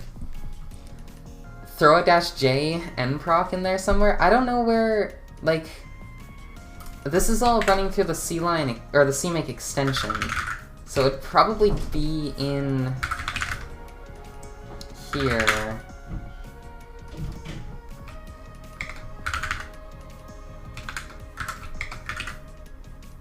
Allow parallel jobs.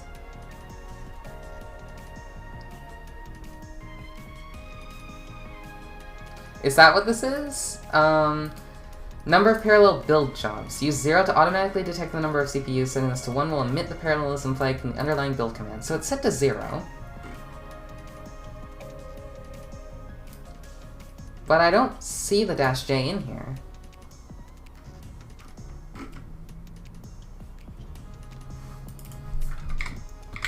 Parallel jobs.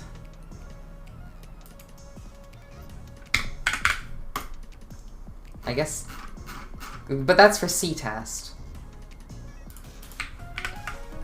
Well, there's the -j. Okay. Cool. One error generated. What's wrong with you? Extraneous closing brace. I see. This code's dead. Dead code. Okay.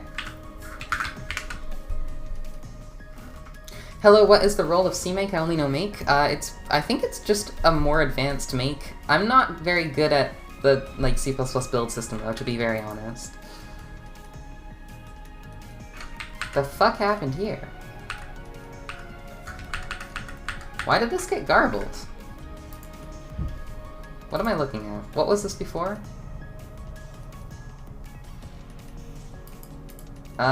Revert this change.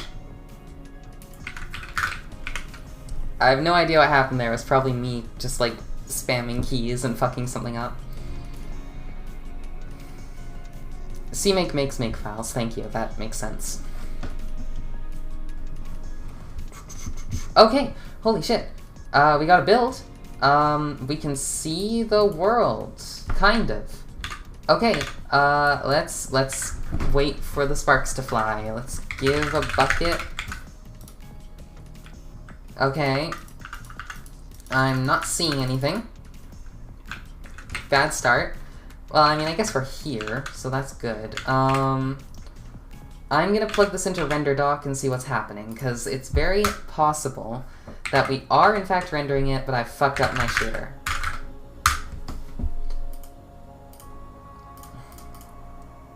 Let's go into here. Get a bucket, wait for the actual terrain to render. Place a bunch of water, in theory, right here. Then I'll take a print screen. Is it actually remeshing at all? Like, is there any log that's happening? Yes, okay. Although, let me try breaking a block, just in case. Yeah, no, that's not changing anything. Okay, cool. I'll kill that. Let's take a look at this capture. Okay, so we have color pass 1, which... What am I looking at here? Let's look at the mesh viewer. Oh, that's the wireframe box. Cool. Then this is the plants. So it looks like we're just not calling draw liquids. Which is weird. Let's go back over to world. And we call begin liquid world render, which changes the pipeline. Let's actually quickly, let's enable all of the filters here. Bind pipeline 334, set viewport and scissor, bind descriptor set, bind index buffer. Okay. Bind vertex buffer. Oh wait, so that's the entity.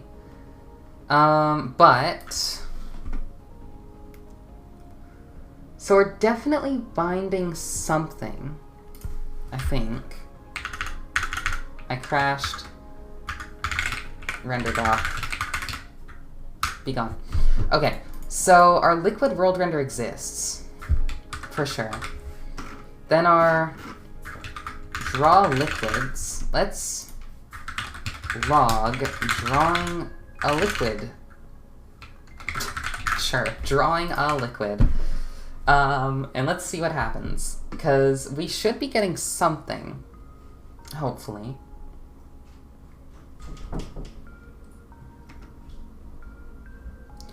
I should really name my objects in Vulkan. I do sometimes, it's just there's so many objects to name.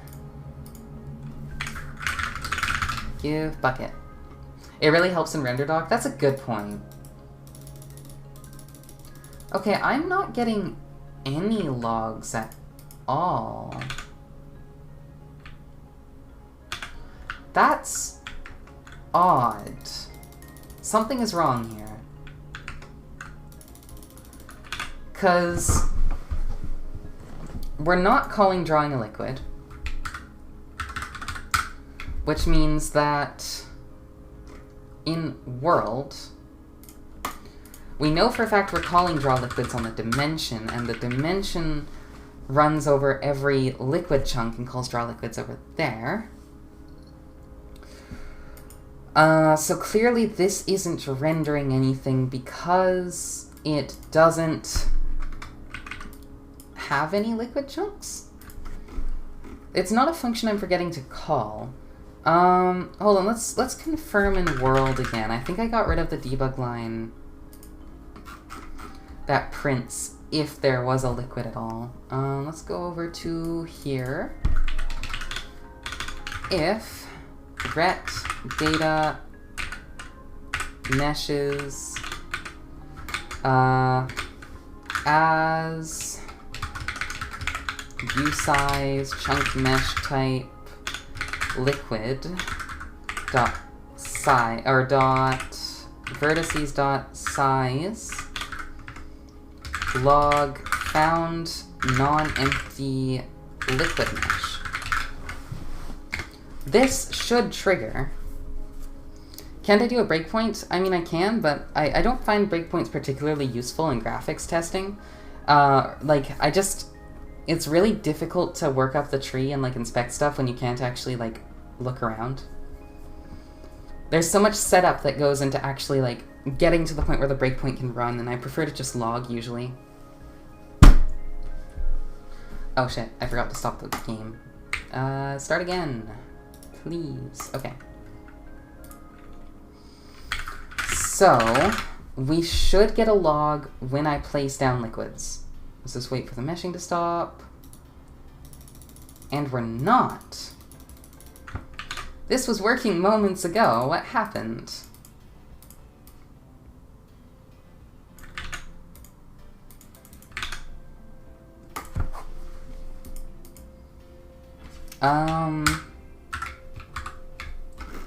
So mesh region calls mesh liquid.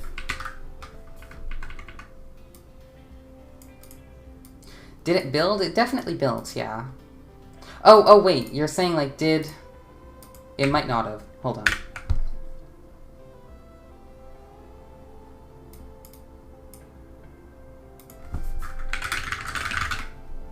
Let's confirm. Okay. Yeah, this is weird. Let me just, like... Let's do a sanity check really quick. And in the render function, I'm just gonna log rendered. I just want to make sure that, like, the output is actually showing up. This was working minutes ago. It happened. A programmer most definitely. Yeah. This is the life of writing code. Alright. Let's confirm that I get the rendered text. Okay, so it's definitely building. It's definitely building. So what did I mess up over in the set liquid function? Because that's the only thing I can think of. Add liquid. Oh, get out of my way. Add liquid. I guess, hold on, let's confirm that it wasn't a build issue now that I've confirmed that it did rebuild. No. Okay, so add liquid is saying if old liquid is not equal to the liquid, we unlock the chunk and then call onChunkChange. Let's go log liquid change. This should be true. I know that I got locked with a save system that didn't want to save correctly for an hour before realizing that I wasn't saving the right values. Yeah, oh man, I hate it when, like, the build tools just don't grab the latest build. I get that all the time with the roll-up configuration I have for the mods, and I have no idea why it's like that, but it causes me so much grief. Liquid vertex fragment shader error? No, it's not even getting to the point where it's rendering. That's the problem. Okay, let's confirm. So liquid changed is firing, which means calling onChunkChange, which is the same function that the blocks call, and we know the blocks are updating, which means we know that it is calling mesh chunk, because that's what we bind to onChunkChange somewhere. onChunkChange, or initialize? Yeah, dimensions initialize world chunk changed, which calls this shit, which calls mesh chunk always. Let's log to confirm we are meshing the chunk. So if I place down liquid, we should see the we are meshing the chunk message.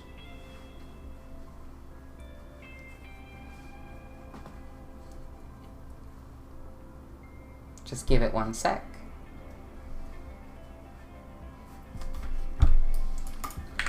Give bucket. Okay, that's fucking polluting the universe because we're just meshing chunks normally. Okay. Cool. Okay, yeah, we are meshing the chunk. It is getting fired. So then that means...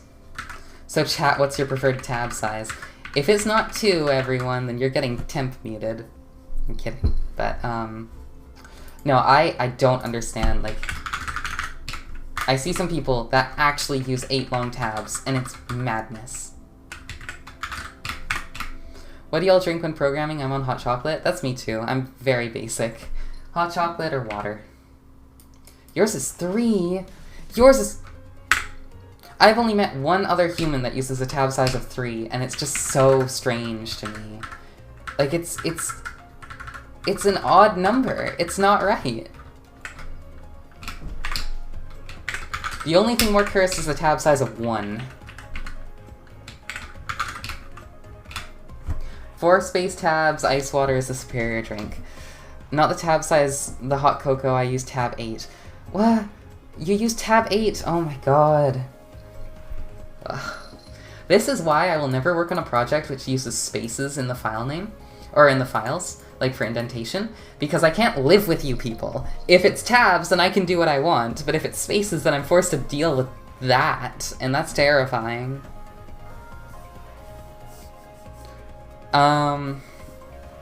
Water because hot chocolate triggers diabetes. Oh, that sucks. That sucks for sure. So we're in queuing the mesh job.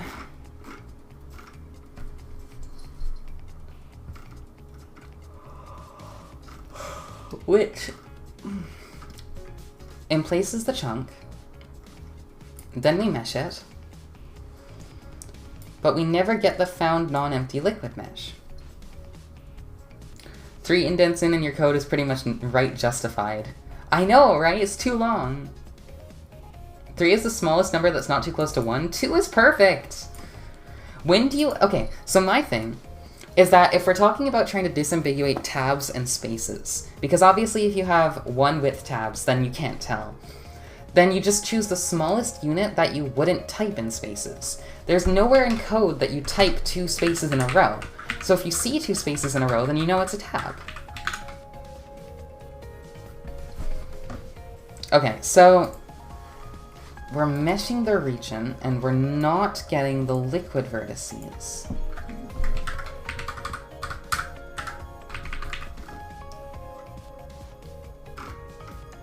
Mesh liquid. Let's go log meshing a liquid vertex, or liquid quad. I have no idea how this could not be happening, but I also have no idea how anything else could not be happening, so at a certain point you just have to fucking test and hope for the best, so we'll see what happens. We will see what happens. Give bucket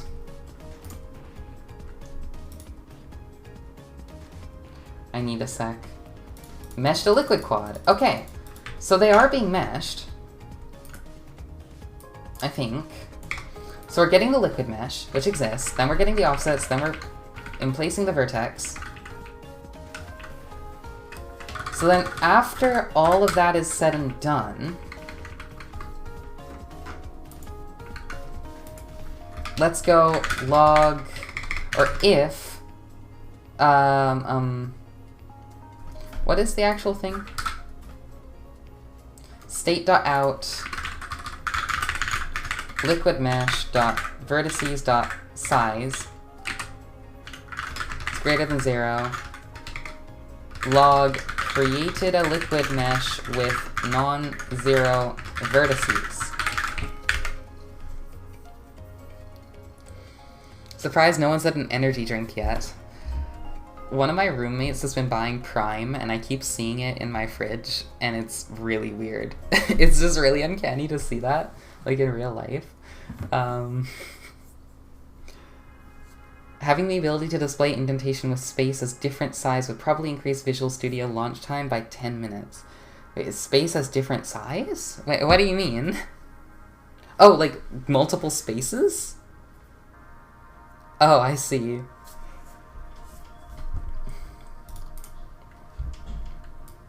Okay, my current theory is maybe I'm not actually binding the liquid mesh to the array at the end. Give bucket. Okay, created a liquid mesh with non-zero vertices. So then where is state.out actually used? Because we have out here. Where is it set to the state? State.reset out.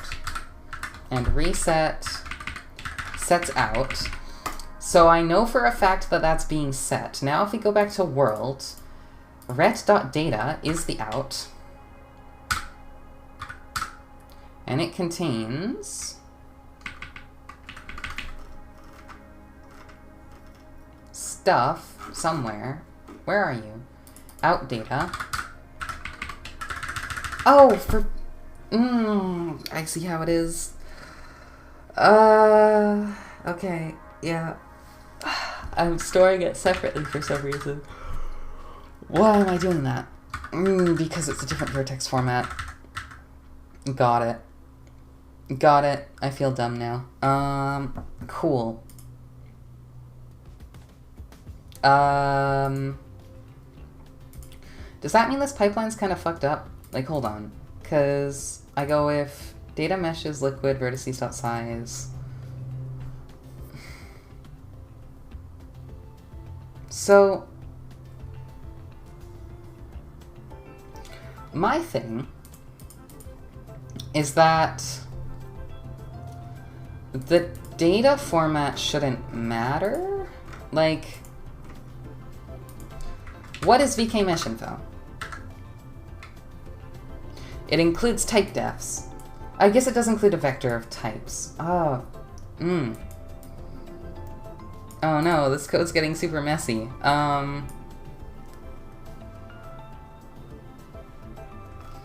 Okay, we're gonna do a horrible hack, just because I want to see if this works. So the file has 4 space indentation, but you said it just show us 2 wide tabs. Oh no. I drink Monster while I'm coding only in a crunch. I drank 3 cans for Ludum Dare. Oh. Be safe, guys. Favorite flavor is a Papillion Monster, but those are hard to find sometimes. I don't drink energy drinks, but I don't feel like energy drinks are something you should be consuming when you're in front of the TV or computer, though. That's just me. GG, you found the issue, and every single time it's a stupid error. That is logic, but you always feel kind of dumb when you find it. Yeah. Okay, let's go. If has not empty is equal to that, or has not empty or equals ret data dot liquid mesh dot vertices dot size is not equal to 0. Why is that red? Oh, it has non-empty. Got it. Wait, why is that red? Does this operator not exist? Wait, or equals doesn't exist. Okay.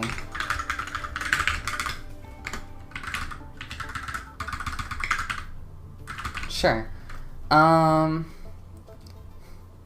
Why does no one drink the tears of their enemies anymore? Okay, so we have a non-empty mesh. We're gonna call mesh uploader in queue.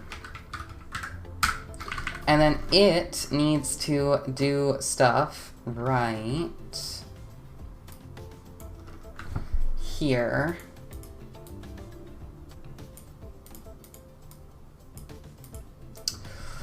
Okay. To do, if you don't fix this by next screen, you're a failure. Okay. We're just also going to grab the liquid mesh.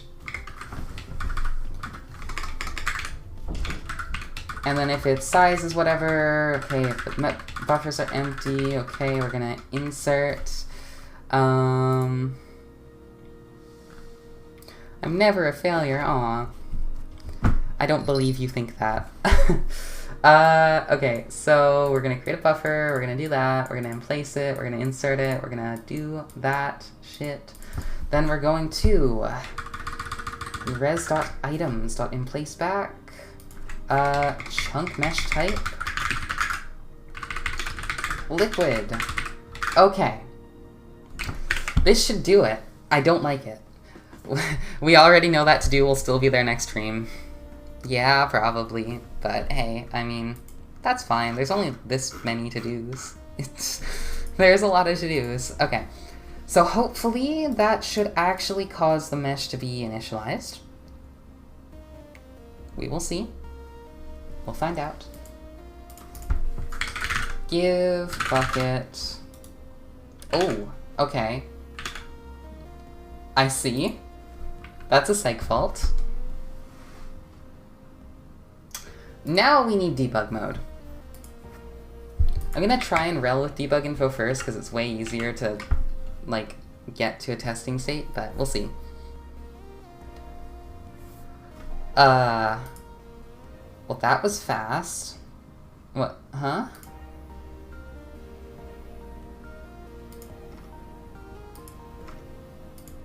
Oh. That is interesting.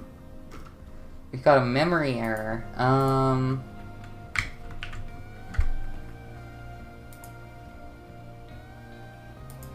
Hold on. Oops. Don't say that. Okay, let's confirm dereferencing a null pointer. So we're getting... Okay, no more memory corruption. Which is bad, ultimately, but for now, it's fine. Wait, nothing's rendering. Okay, there's definitely some issues going on. Let's try that again real quick. Let's get some terrain. Okay, there we go. Let's try placing. Okay. We crashed on bind vertex buffers. Let's see why. Our first binding is 0, our binding count is 1, and our buffer is buff.buffer.buffer. 0. I wonder if that 0 is the problem. I could probably try running this with the validation layers as well. Because chances are this is me doing something stupid.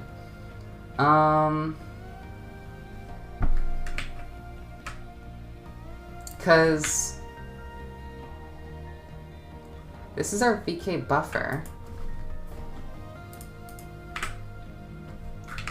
Wait, is it .buffer? Hold on, what type is this? VK buffer... Okay, no, that is the actual pointer that we want. And this is the first binding. Takes an offsets, buffers, binding count, first binding, command buffer. So that is correct, to my knowledge. Is this VS Code? Yes, it is. I have it, I'm using the Arc. What theme am I using? IU Mirage bordered. Okay, so I'm guessing that I forgot to actually add a vertex slot, effectively, to this layout. Or I forgot to enable the layout. Actually, that could be the thing. Let's see. Begin liquid render, pipelines.liquid. That looks right. Okay, did I actually do this properly?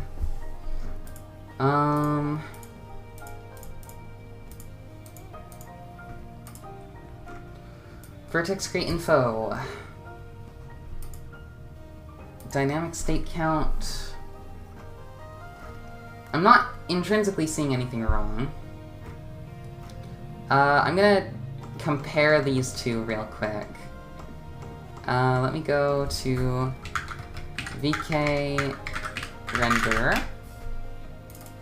Both of my earbuds are threatening to die at the exact same time. I want to see if I can figure out what's going on here before the stream's out, though, because I'd really like to end the stream with actually rendering some liquids. Let me just quickly swap over to my other set of earbuds. Come on, please work. Why do you hate me? Okay, there we go, and cool. Alright, so, I'm gonna try and do this manually first. I will definitely use the validation layers in a second. Oh wow, why are these earbuds breaking? Oh, that's really uncanny. It's like, it's giving me the ability to hear myself, but only in one ear. Okay, I'm just gonna take one off, because that's fucking weird. Okay, so our entity off-screen pipeline is the one that we know works, and the liquid off-screen pipeline isn't working. We're loading the liquid, fragment, and vertex shaders. We're creating one descriptor set for textures. We're defining the push constants, fine. Then we're creating a pipeline layout. That's also fine, it looks fine. Then we're getting a builder, we're pushing back the shader stages, then we're creating the vertex input info, description, blah blah blah, we're creating the dynamic state, then our input assembly is the same. Then our liquid layout is in there, our depth stencil is the same. Color formats are identical. Yeah, I don't see any obvious bugs. Let's...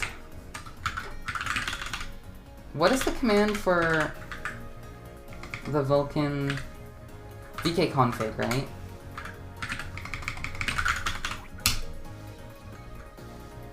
Yeah, alright. Let's try this out again. Let's see what errors we get. Because I'm not really sure what's wrong here. Oh, did the music stop? Or did I just...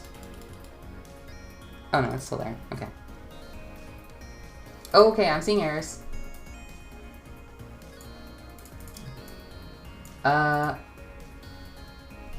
Overlapping offset 0 and size 15 do not contain vertex shader stage vertex bit for each byte in the range specified by the offset and size in the shader. What am I reading? Oh, that's words. That seems to be a consistent issue. Let's just confirm that there's not a separate one when I do that. Oh, there is. Okay. A validation error. P offsets is null. The Vulkan spec states that if P offsets must be a valid pointer to an array of binding count VK device size values. Okay.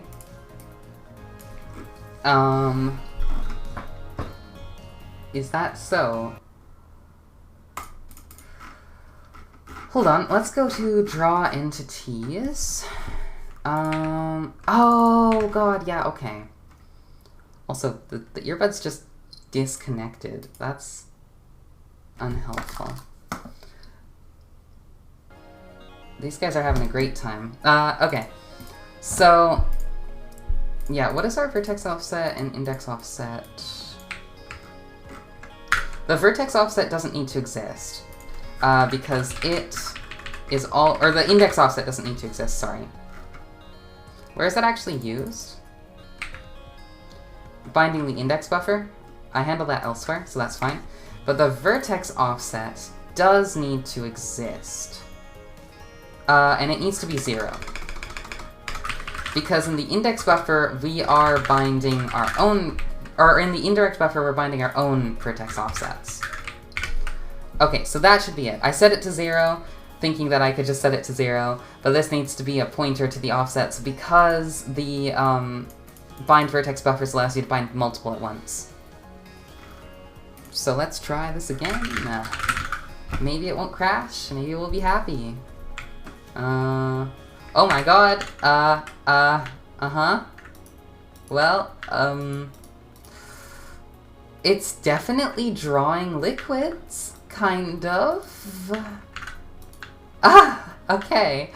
Huh.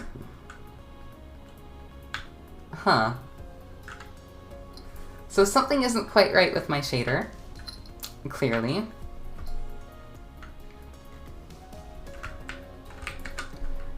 Even waterfalls. Wow. Okay. Interesting. So... we are getting somewhere. Let's quickly inspect something. So we're getting all these errors up top about the push constants, and I'm not really sure what it's actually saying. So create pipelines. Push constants are used, but VK pipeline layout doesn't set a VK shader stage fragment bit. The Vulkan spec states if a push constant block is declared in a shader, a push constant range in layout must match both the shader stage and range. So, I think this comes down to I fucked up my shaders. Let's see, so my fragment shader doesn't use any push constants. My vertex shader does. And if we go over to the liquid layout,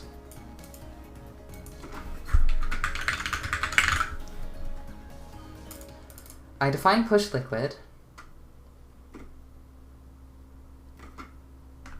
and I put it in vertex stage. It shouldn't need to be specified on the fragment stage. Should it? Is this just an issue that I've always had?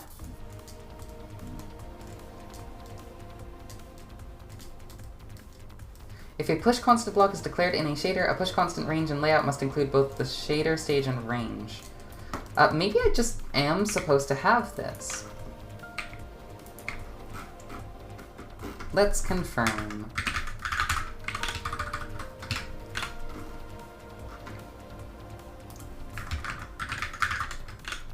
I understand that, like, it's... Huh.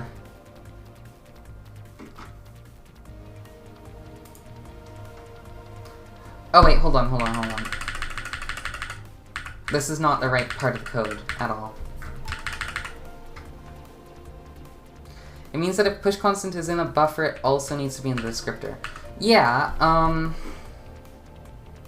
in the shader. It is, though. That's my confusion. Unless I fucked it up.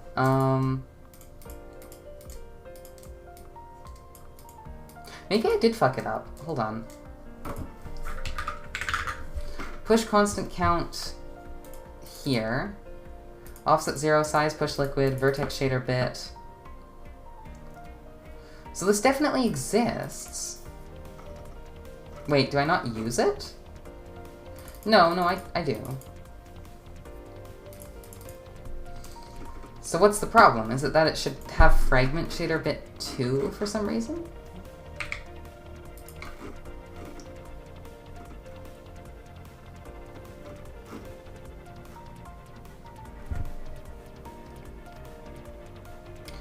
No, validation means that you use some push constant in some shader. I did.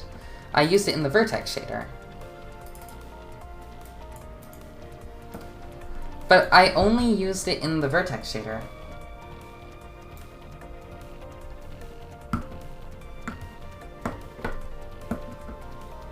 I don't think there's anywhere in the fragment shader where I use the push constants in any of them. Like, this is the vertex shader. This one doesn't use push constants. This one doesn't use push constants. This one doesn't use push constants.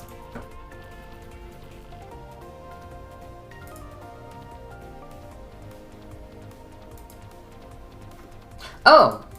Deferred.frag. Okay. Yep, that's a issue. Let's go to deferred layout. Where is this defined? Here. Yeah, that's definitely... That should have push constants defined. So let's grab... that. Wait, hold on. Create graphics pipelines. Deferred layout. Okay, so...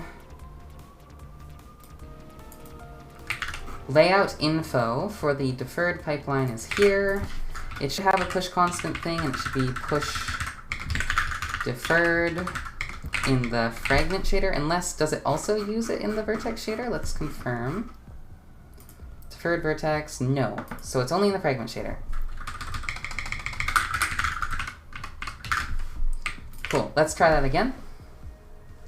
Hopefully we shouldn't get that issue, but that does seem unrelated to the actual issue we're having, so that's not great. Okay, lots of validation warnings still. What am I looking at?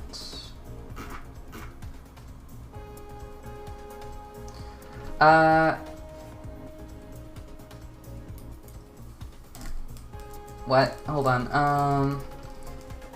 Vertex bit offset 0, size 16 must contain all stages and overlapping VK push constant range stage flags, fragment bit.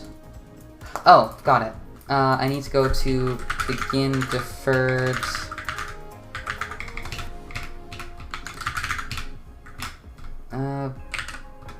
Begin. Not upload texture. The hell is it?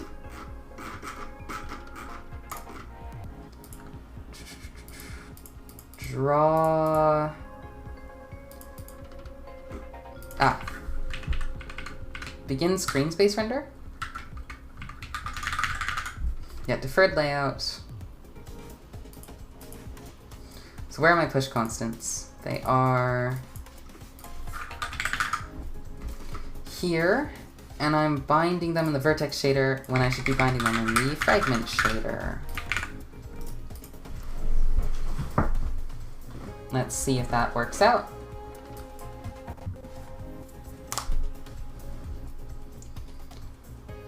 I want liquids to render monkey's paw curls a finger.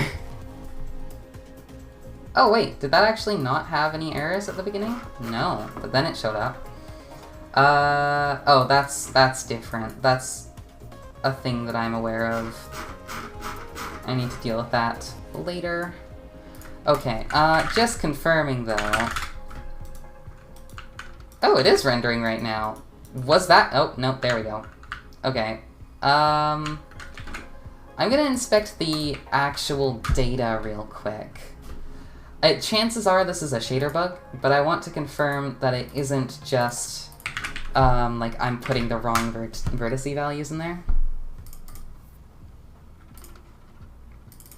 Because that is always a possibility.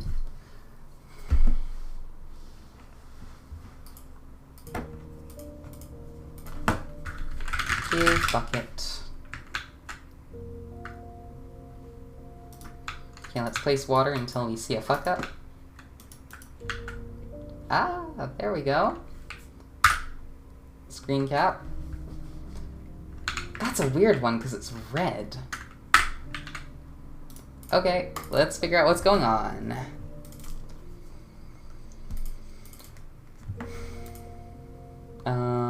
Hold on. So that, yeah, that's this. Mesh viewer, out. It's upside down, but there's definitely... That's not a chunk boundary, no. Okay. We've got some weird numbers going on in here.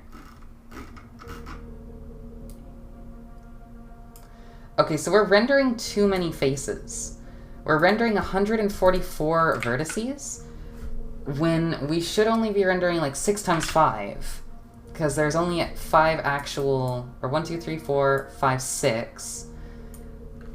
So there's gonna be 6 calls, which should be 6 times 6 is 36, but we're rendering 144. So, draw liquids takes in a index count, which is not in here, it's going to be in the dimension.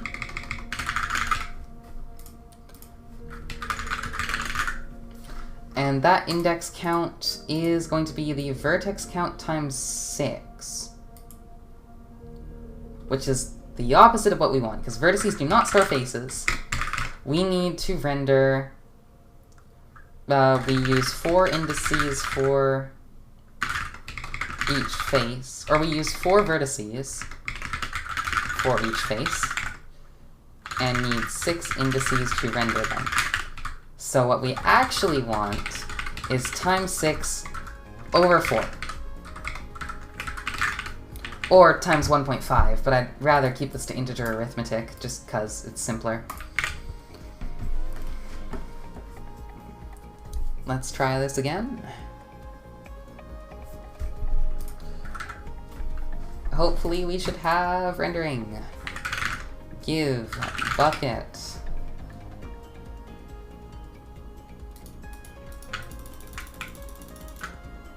If I place a ton of Z fighting water, the compiler will optimize it to 1.5, that's fine.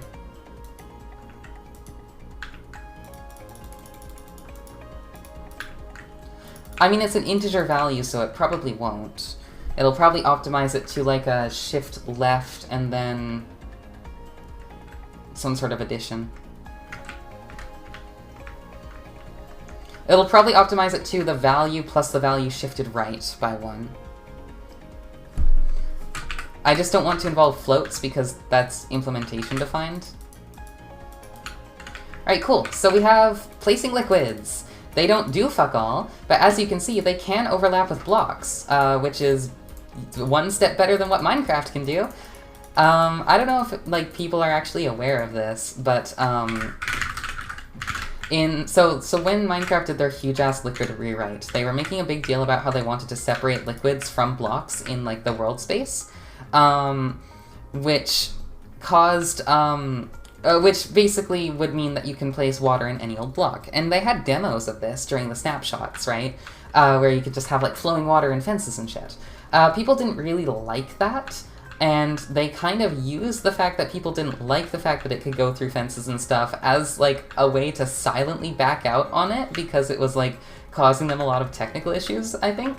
Because what they ended up doing was, instead of actually having liquids be separated from blocks in the final version, they just made it so every block that's capable of being waterlogged has a Boolean flag for if there's supposed to be water in it, which is manually set when you try to right-click it with a bucket or when water tries to spread into it, which is the hackiest shit ever. Like, even if they weren't going to utilize the fact that they were separated beyond just, like, having source blocks or not, why the hell would you go back on that system? Like, it's just really weird.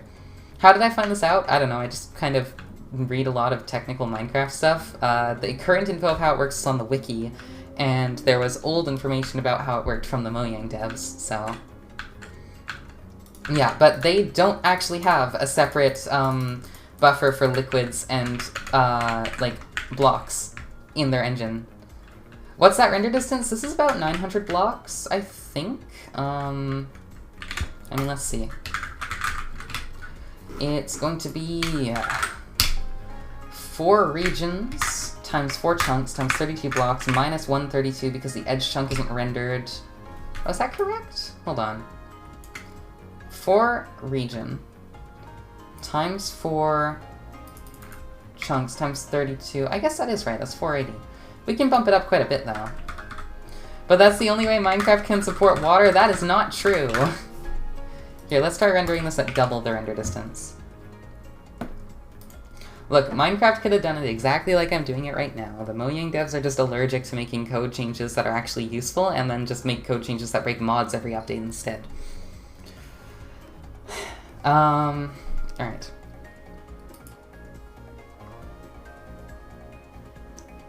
My PC specs, I'm using an NVIDIA RTX 3060. I have a 10th gen i7. And it's not particularly relevant, but I have, like, solid-state drives, but nothing's interfacing with the disk right now. Just give it one sec. I have, the code's a bit stupid, and it renders, in, like, lines first. Let's just wander over here.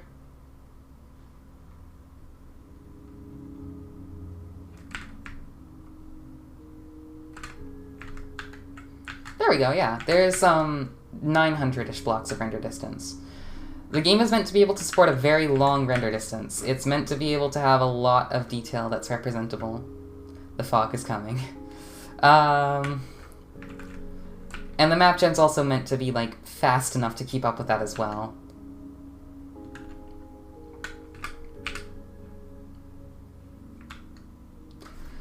Yeah, so this is not the highest performance voxel engine out there, by far, but it is, in my opinion, very well, or very, like, fast for the lack of constraints it has. Like, a lot of the really fast voxel engines, they use a lot of binary logic and assume a lot of constraints on how blocks are rendered, which limits a lot of what you can actually express in them. The whole point of this engine for me is to, like, be incredibly flexible and stuff. Like, you can see I have, like, billboarded grass and shit, and I have, like, waving textures and, like, all sorts of stuff with, like, dynamic culling and, like, block attachments. If I give myself, like, a wooden fence... That's not the right thing. Give a wood fence. This thing has block states that automatically cause it to, like, connect to other meshes. And, like, all of that adds overhead to the rendering and the generation. But, like, they're all features that I want to be able to have, right? So I'm willing to take the hit and know that it's not going to be the fastest engine out there, but I do want it to be very fast for what it can actually do. And that's been a goal that I've been working towards for a long time. The slow morphing of Minecraft into Roblox is kind of neat, though. Mojang making everything user-definable is neat. It's true. I feel like their architecture kind of constrains them in a way that, like, makes some of that unfixable. Like, that's a large part of why I built this entire thing, so that all of the content is defined in script as opposed to in the engine itself, because I want to be able to, like, actually properly support like, all of the sort of, like, modding stuff without people having to, like, rewrite their mods constantly. I wonder why that's dirt. Huh. Like, the official game I want to make this engine, or that I'm making this engine for, is going to use the exact same APIs that modders that want to mod the game can use. Which is really exciting for me, because that means that, like, as long as I maintain it to be stable enough for me to use, then everyone else can have, like, a really good experience working with it as well, right? But yeah, I think that was some good progress for today. I'm gonna wrap up the stream pretty quick here. I'll just take some questions if anyone has them. Yeah, I'm very happy with what we got done today. We actually have rendering working, which means we can see that the water in fact does exist. Next stream, I almost said next episode. Next stream will probably be working on actually getting the fluids to simulate, so getting them to, like, move around. Although we might quickly improve the render so that it's not constantly Z-fighting. That is kind of obnoxious. But yeah, I want to make sure that fluids can actually fill bodies as well. But yeah, I'm quite satisfied with what we managed to get done today. Creating a new render pipeline is always a scary thing for me because I touch Vulkan like every few months, and by the time that I go and have to interact with it again, I've kind of forgotten a lot of the intricacies that I learned last time. That's just kind of the curse of doing something complicated that you only have to do every now and then. But I think it went relatively painlessly. Like, obviously there was bugs, but there was less bugs than I thought there would be. So, yeah, I'm happy. Will you ever have a look at old school voxel engines just for fun? Like, are you talking about, like, Minecraft, or are you talking about, like, really old shit, like Infiniminer?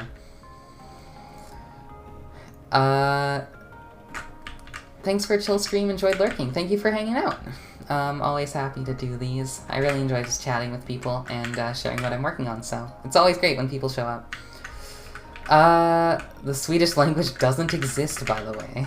If they wanted to be called Mojang, they should have called it Mojang. I'm pretty sure. I mean, I'm not a scientist, so I wouldn't really know, but I think that the Swedish language does exist. Frag shader on the depth buffer, negative 0.01 on all values to fix Z-fighting prior to liquid rendering. Don't say that to me. I hate that. Awful. Really old, like DOS or early Windows. I'm not actually aware of any of those. I'm sure they exist, but I've never heard of them. That's really cool, though. Maybe? I mean, like, if anyone has an example. Has a computer scientist degree, I'm not a scientist. I don't have the degree yet. I have 2 more courses. I can't call myself a scientist, that's lying. No, I once talked to one of my math friends who got a math degree, and I was like, it's so cool that I can call myself a scientist and people have to believe me once I get this degree. And then she told me that computer science isn't qualified as a science in, like, the scientific circles, and I was so sad to hear that. I was like, what?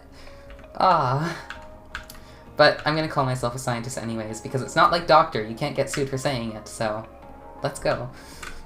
Oh boy, spam chat, hold on. Yep, I got him.